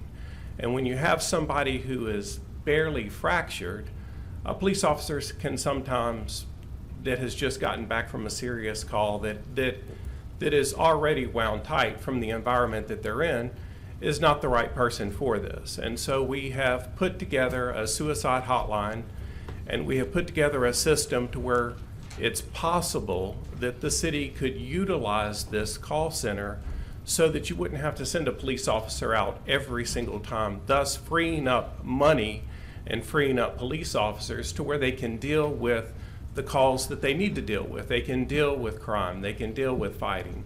And at the same time, these same police officers will not have to take half a day or a whole day putting someone with a mental disability in their car and either taking them to the city jail or taking them to CCC or taking them to the Level 1 Trauma Center, which I can assure you is already overburdened with lots of things because the helicopters land all day long. There are people in there that when we triage, I worked in a Level 1 Trauma Center also for 3.5 years. Currently, I'm an acute care psychiatric nurse. When they come in there, if your arm is chopped off, if your leg is chopped off, if you have multiple bullet wounds, if you have one bullet wound, if you have a compound fracture, you're going to go in front of the person who is having a mental crisis every single time. And so it's not uncommon for someone with a mental crisis to sit for hours and hours and hours or get up and walk out and then continue whatever situation it is that they're in. And so before you, I thank the council members that brought this forward. I'm very grateful for Chief Smith and for Captain Bowman for pushing this through. All of us in this committee, which I serve in this committee, have come to 911 call center, have worked through these processes, and are trying to develop ways to where phone calls can be switched back and forth, where if a crisis counselor comes out, that they're able to immediately call the police and have immediate backup, because you don't know when something's going to escalate or de-escalate. But the fact that the city is even approaching this, I'm very grateful. If y'all have any questions, you're welcome to address me. Okay. Mr. Lynn, thank you so much for everything that you have stated, because it is so critical when we talk about mental health. You know, I know personally sometimes when for my son with autism, there are no physical characteristics, no distinguishing characteristics that will allow you to say that this person has autism. So it's very, very important for first responders to be able to understand when the episode occurs, and taking him to jail or, you know, admitting him to a trauma center is not the answer. So the intervention that we have here, and that what the city is taking on is every bit as personal as it is professional for me. So I commend the city for moving forward with this, with Lieutenant Bowman, who has been so passionate about this, and Adam Murph. I'm just happy to see that it's actually coming into fruition, and thanking Oshner LSU and all of the parties that are involved with this initiative to help advance our city forward in this area of mental health. Thank you. And we have a federally funded, state-funded facility now in Shreveport, right, where people can walk in, or the police can drop off, or anybody can drop off a person. It's the Marikey Center, 8932 Juella, which is where the old Books A Million used to be, where South Park Mall is located. And so anybody listening, if you're having a scenario where you're working with a person and you don't know what to do with them, you can drop them off. And when I say drop them off, pull up to the front door, open up the door, tell them to get out and go into that Is it door. like I mean, it can 23 be, hours? it's that simple. Is it 23 hours that they can stay? The facility is 24 hours. However, in order to qualify for what they are, you can only stay there for 23 hours, but you can stay there for 23 hours. You can go out, sit on the curb for 1 hour, and you can come back for another 23 hours. And they'll actually get to the root of the problem. And so if you've got 20 different things that have steamrolled you, then you can go through all 23 of those things with the counselor, with a licensed counselor, and they will work you through all of the processes and all of the resources that they have to get you out of your issues. Thank you so much. Thank you. Thank y'all for hearing me. Dr. Lynn, I just want to say I'm a nurse. I just want to say thank you, and certainly you made me feel better with your thank you. And y'all are doing a great job with that. I really appreciate it. I do need to visit with my council person, Fuller. So, and y'all's legal, who's legal here? Can we take that offline later? Oh, sure, about the fence. Rutherford, the about fence? the fence? Yeah, we can follow up about that an that. individual built across city Yeah, property? let's follow with that later. Thank you. All right. We're doing so good right now. Are y'all good? Yeah, we good. Thanks. Is it? Thank you very much. Thank all of you for indulging. We have no executive appointments to be considered tomorrow. There's no items on the consent agenda for introduction or adoption. Mr. Whitehorn, would you proceed with regular legislation, agenda legislation, please? Mr. Chairman, I just have one question. This confirmation for appointment on the Downtown Development Authority, that won't be tomorrow? I'm not sure. I'll have to talk to the mayor. Okay. Yes, sir. All right. Resolution 110, authorizing the marshal of the city of Shreveport to receive, in addition to the salary paid to him by the city of Shreveport, the same fees as are payable to constables of justice of the peace courts, up to 50% of the salary paid to the city of Shreveport. Resolution 112, a resolution in remembrance of Devin Dwayne Myers. Resolution 114, authorizing the mayor to enter into a cooperative endeavor agreement with the City of Shreveport Symphony Orchestra. Resolution 115, authorizing the mayor to enter into a cooperative endeavor agreement with the Shreveport Opera. Resolution 116, authorizing the mayor to enter into a cooperative endeavor agreement with the Shreveport Metropolitan Ballet. Resolution 117, authorizing the execution of a cooperative endeavor agreement between the City of Shreveport and the Parish of Caddo relative to the City of Shreveport's Guaranteed Income Program. Resolution 118, amending the pay plan for classified employees to address pay compression. Resolution 119, authorizing the mayor to submit loan applications, Form 100A, and accompanying documents for water tank rehabilitation to the Department of Health on behalf of the City of Shreveport for the purpose of placing this project on the comprehensive priority list for funding through the Drinking Water Revolving Loan Fund. Resolution 120, authorizing the mayor to submit loan application Form 100A and accompanying documents for lead joint water lines to the Department of Health on behalf of the City of Shreveport for the purpose of placing this project on the comprehensive priority list for funding through the Drinking Water Revolving Loan Fund. Resolution 121, authorizing the mayor to submit loan application Form 100A and accompanying documents for Amos Water Treatment Plant transmission piping to the Department of Health on behalf of the City of Shreveport for the purpose of placing this project on the comprehensive priority list for funding through the Drinking Water Revolving Loan Fund. Resolution 122, endorsing the Shreveport Crisis Response Coalition goal statement and otherwise providing with respect thereto. Resolution 123, disapproving the proposed changes to the City of Shreveport's health benefit plan and healthcare programs approved by the Healthcare Trust Fund Board of Trustees at its September 7th, 2022 meeting. Mr. Chairman? Yes. Resolution 110, we are still trying to obtain some additional information on that, so we're gonna ask that let it be postponed tomorrow. Yes, sir. Mr. Chairman. Yes, sir. Mr. Chairman, when I co-sponsored Resolution 123 by title, there was some uncertainty regarding what action the Healthcare Trust Fund Board had taken. Specifically, it was unclear to me whether the three-tier plan for active employees had been approved. It's clear at this point that that three-tier plan for active employees was not approved or recommended to the council. So it's my intention to withdraw Resolution 123 tomorrow. Yes, sir. Thank you. Are there any other questions or comments on any of these items? Chairman, I do have one if I could. Yes, sir.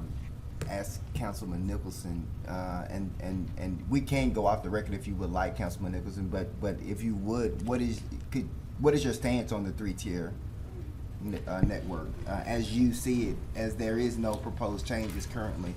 Just would love to hear your thoughts. Mr. Brown, I understand that the Healthcare Trust Fund Board did not approve the three-tier plan for active employees. It seemed to me, based on the information that was provided to me, that the three-tier plan for active employees did not offer as substantial savings for the city as the plan for retirees would.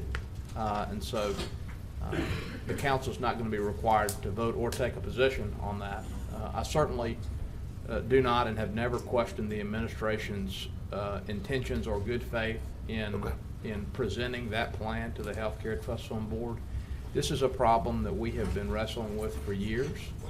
And, you know, on the Republican side, we like to say to the administration, and on the Democrat side too, run the city like a business. I mean, that is a mantra that we repeat time and again. And it's really important that we address hard questions, including how to balance our responsibilities to the taxpayers and how to balance our responsibilities to our retirees and our active employees.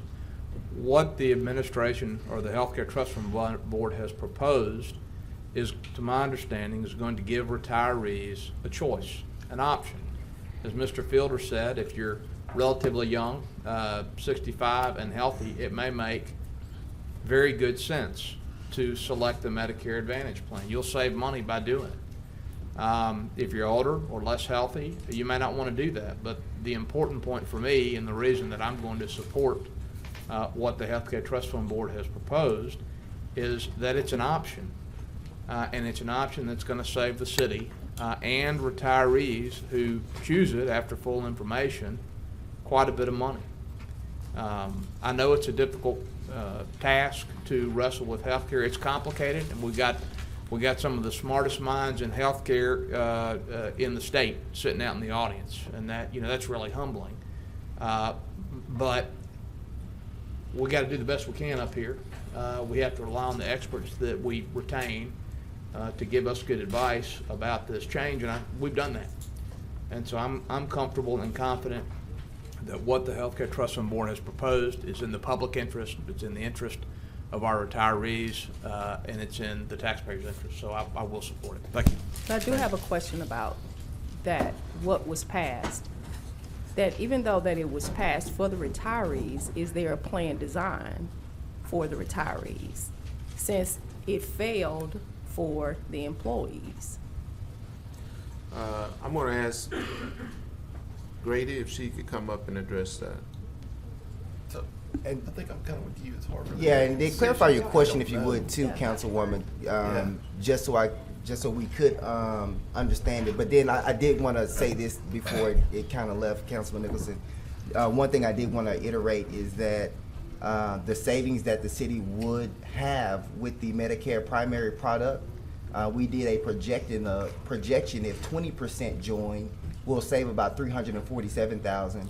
Right now, with the tiered network approach, that was actually our biggest savings, which saving the city about $672,000. So we did have a little bigger savings with the three-tiered network, which is why I did want to get the understanding of the council on that. So, Councilwoman, if you would repeat your question so we can get the clarification for Ms. Grady. The question that I have is the tier plan for Right. retirees was passed. But what is the plan? It was not, the one Yeah. that was not passed? No.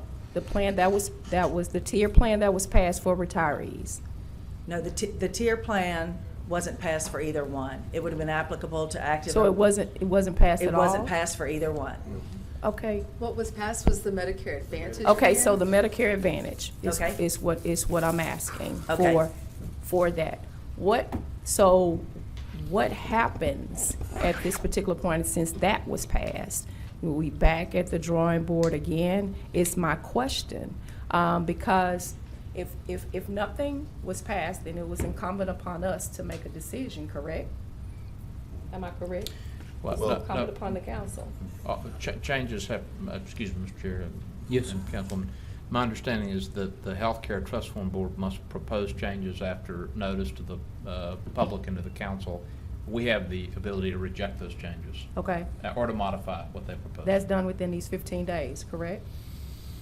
I think the ordinance is not as clear as it could be regarding the timeline. That's my assessment.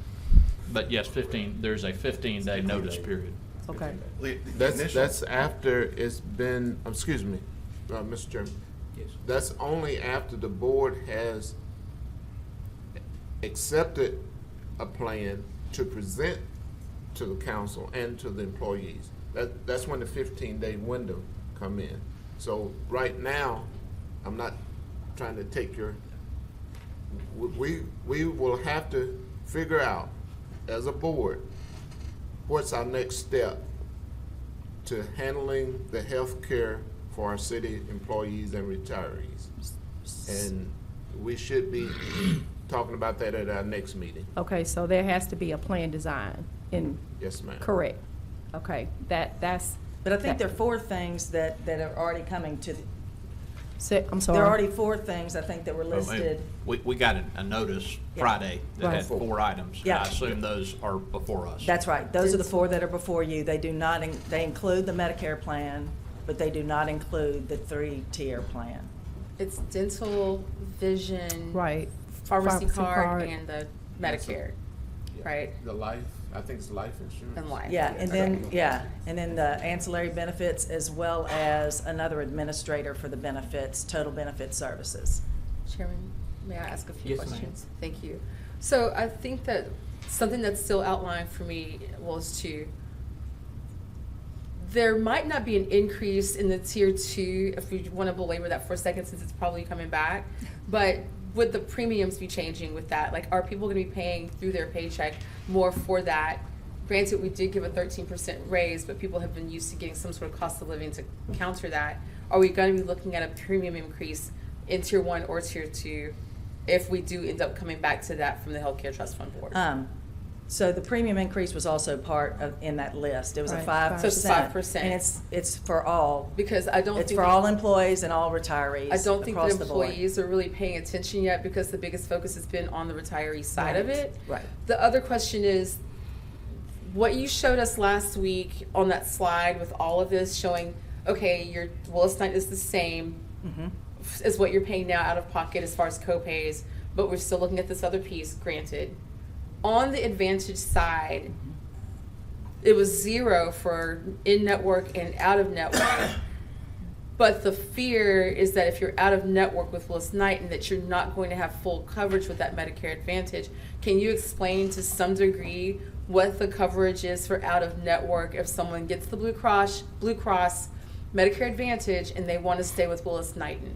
Okay. Like, can be explicit about what that actually is. I will try to be, but it may be that Willis Knighton needs to come back up. That was kind of the question that you gave them. Are you going to accept these employees? From what Blue Cross has talked about, they accept it for other companies, other municipalities. They accept this plan, but out of network.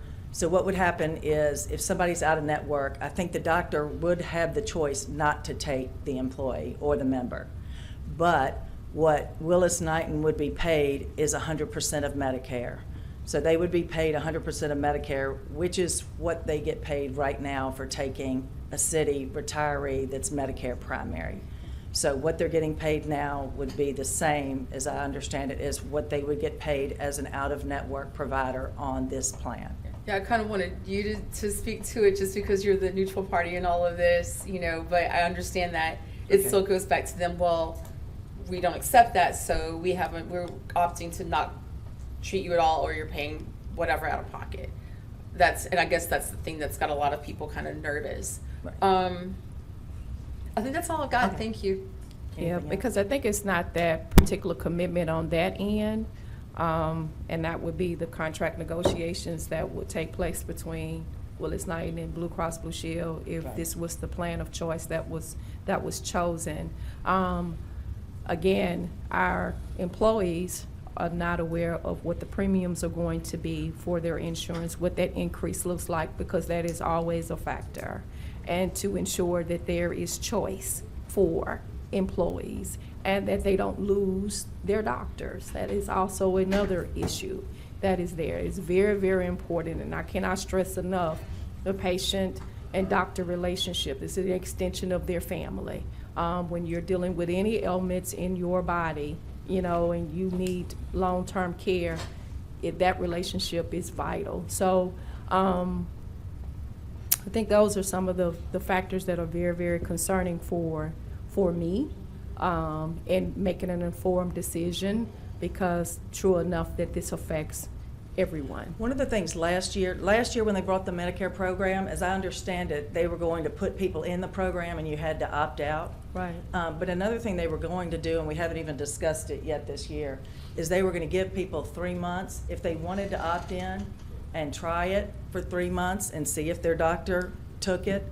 And if they want to switch back, they could. And I have not talked to the administration or Blue Cross about that, but we're going to see if that's an option that we can do this year. I think probably more so now is the biggest thing that we're hearing, and other council members can tell me if they're hearing the same thing, is that our retirees are afraid. And it's nothing more than being afraid about your health care. Oh, that's right. That is monumental, to me. And they have to have clarity on what is going to be accepted for them. Are they going to be able to use their Willis Knighton doctors, their Ochsner doctors, their Krista Schumper doctors? Are they going to be able to do that? And if so, what is going to be the cost? Right. If they accept the newness of the plans, that if there is a plan that is voted on, what does that look like? And it has to be in the simplest terms. That's why when we talked about last year that the education of these plans and with our employees is vital, that you sit and you have these particular meetings with employees and retirees and let them ask you all step by step, what does this look like? What does this mean for me? What is it going to cost? Because those are the things that they're going to look at for sure. And I think that's one of the reasons the administration brought through the pieces that they brought through, so that we can get those decided on and get started on designing the education the employees need.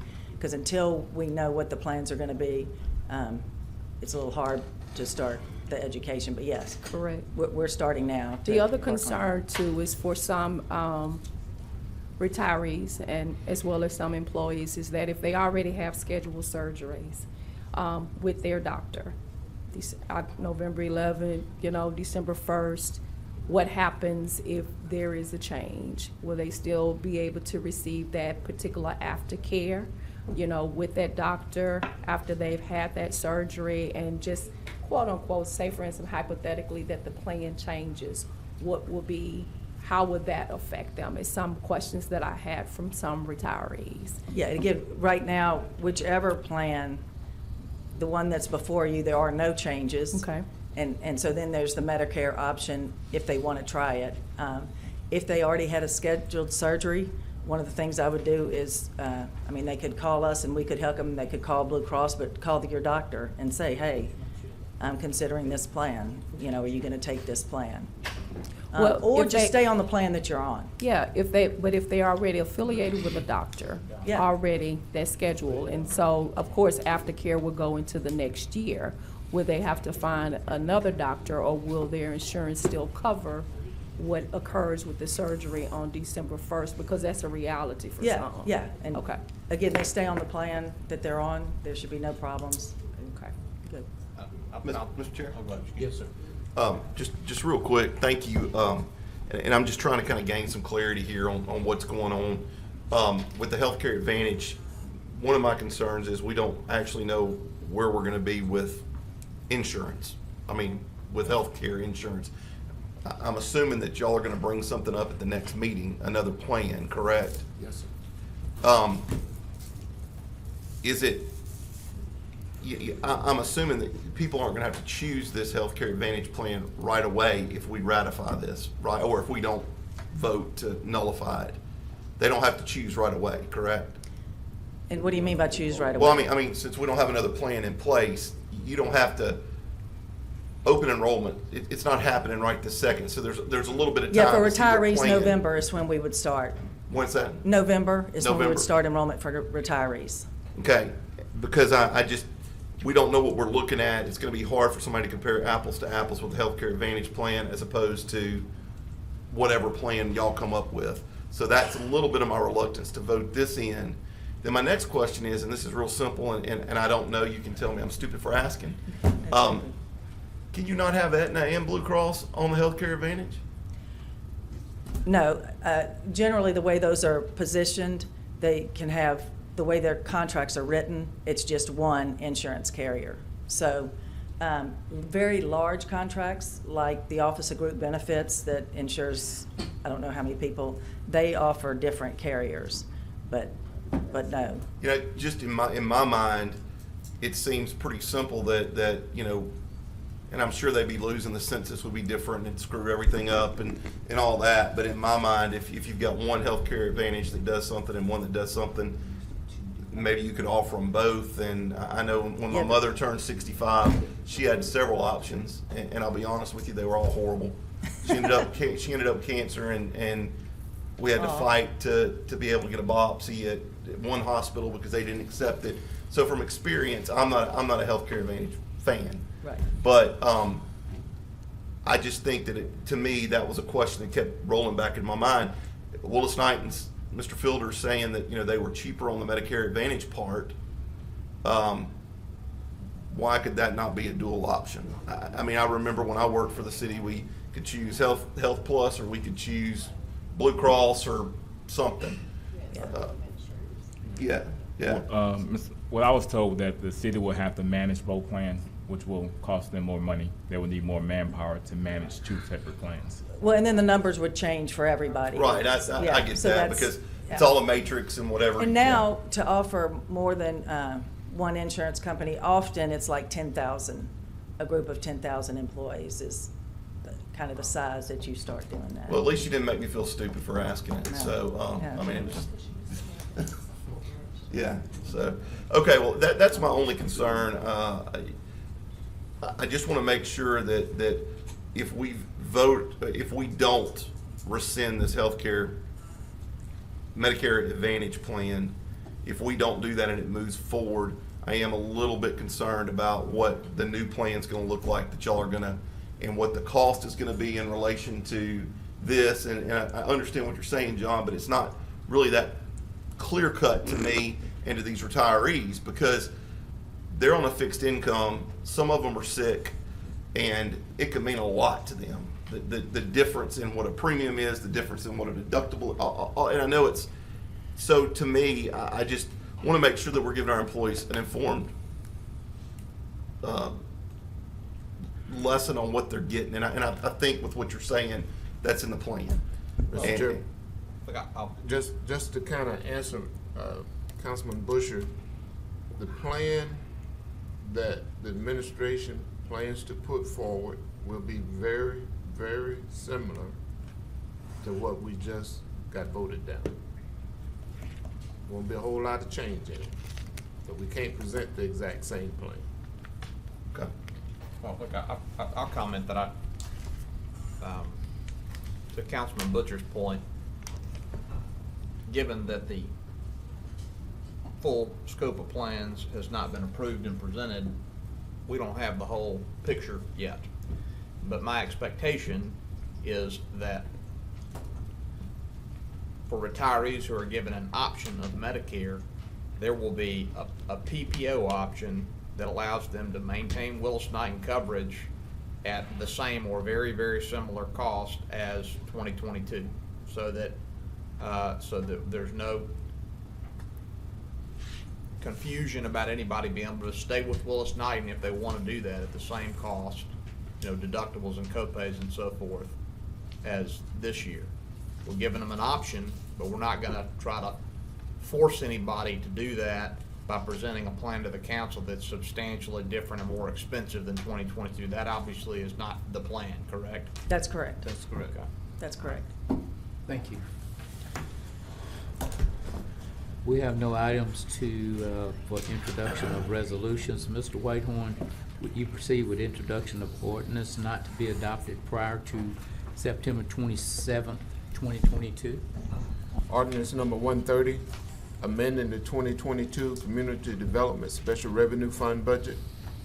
Ordinance 131, amending the City of Shreveport, Louisiana 2022 Capital Projects Fund budget, appropriating the funds authorized herein. Ordinance 132, declaring a public emergency in connection with the emergency repair at the sludge farm located at 11,726 Harts Island Road. Ordinance 123, declaring a public emergency in connection with the emergency purchase of liquid chlorine for the use in the drinking water treatment process at the Apenes Water Treatment Plant.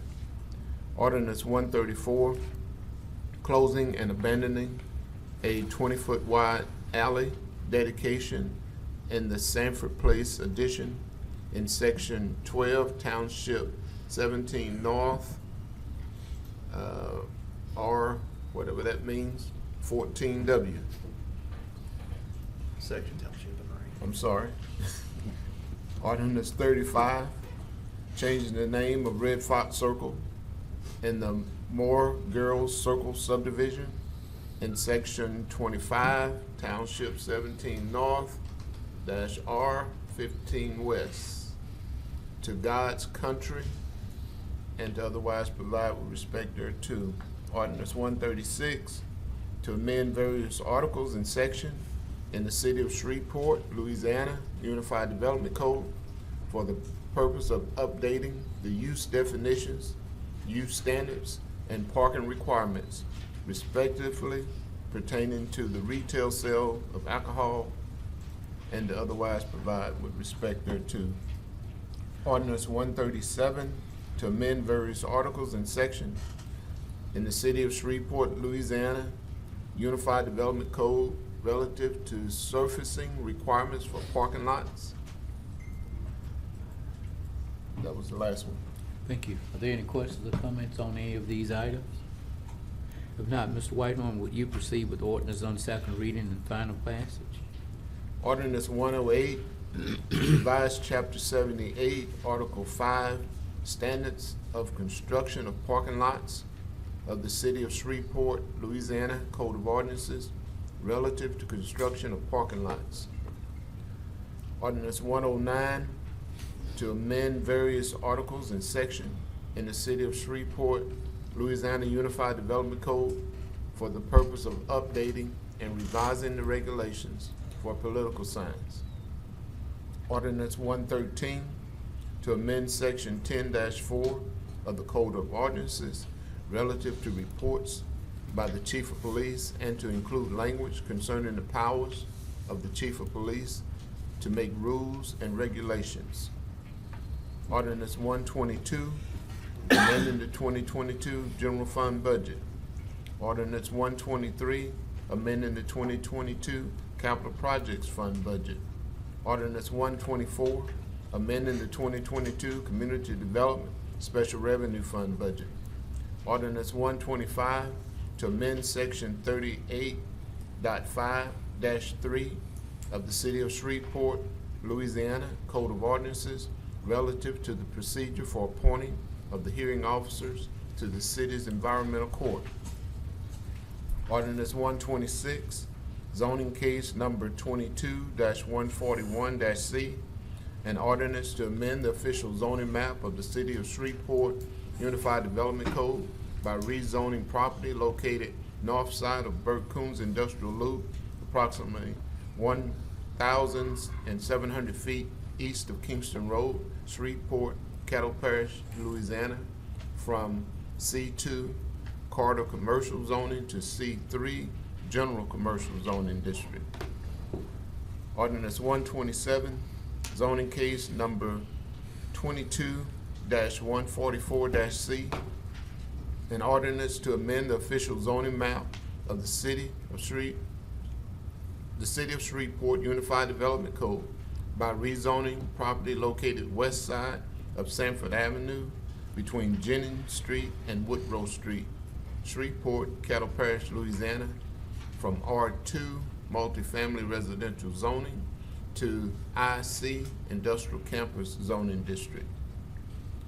Ordinance 128, zoning case number 22-145-C, an ordinance to amend the official zoning map of the City of Shreveport Unified Development Code by rezoning property located east side of Wallace Lake Road, approximately 100 feet south of Took Drive, Shreveport, Cattle Parish, Louisiana, from R-1-7 Single Family Residential District to C-1 Neighborhood Commercial Zoning District.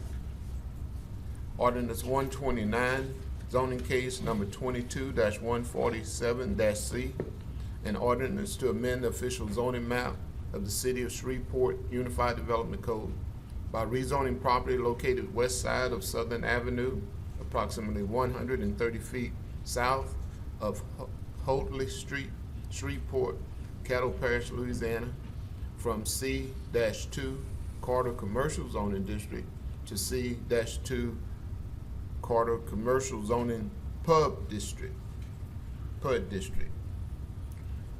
Thank you. Are there any questions on any of these items? Mr. Chair, Yes. we're asking for ordinance 108 to be postponed and for it to be adopted at the same time as ordinance 137, as ordinance 108 references what's being passed in ordinance 137. And ordinance 109, again, legal is advising the council to adopt it as what's on the books currently is not in compliance with the Constitution, and what's being proposed will allow the ordinance to come into compliance with the Constitution. And I did send the case that determined this to the council if you have any questions or need further clarification. Mr. Chairman, I'll just comment that I concur in legal's assessment. I think our laws on the books are unconstitutional. It's a pleasure of the council when we fix that, but it does need to be fixed. Thank you. Thank you. Madam Clerk, is there any table legislation to be removed from the table, sir? Thank you. We have no property standards or ABO appeals to consider today. We have no MPC or ZBA appeals to consider tomorrow. Are there any other appeals, Madam Clerk? Are there any reports from officers, boards, or committee? Madam Clerk, is there a clerk's report? Yes, ma'am. We have a request from the city attorney to go into the executive session to discuss the following. Madam Clerk, would you read that into the record? Executive session for Dwayne and Rashenda Douglas versus City of Shreveport et al. Case number 625-195-C, First Division, District 4. Thank you. This time, can I get a motion that we go into executive session? Move. Moved by Councilwoman Taylor. Second. Second by Councilman Nicholson, that we now move into executive session. All in favor, vote. Let's vote. Are there any questions or comments? If not, let's vote. We have another meeting after that one. We have another meeting after that one. Okay. Thank you. We're now into executive session.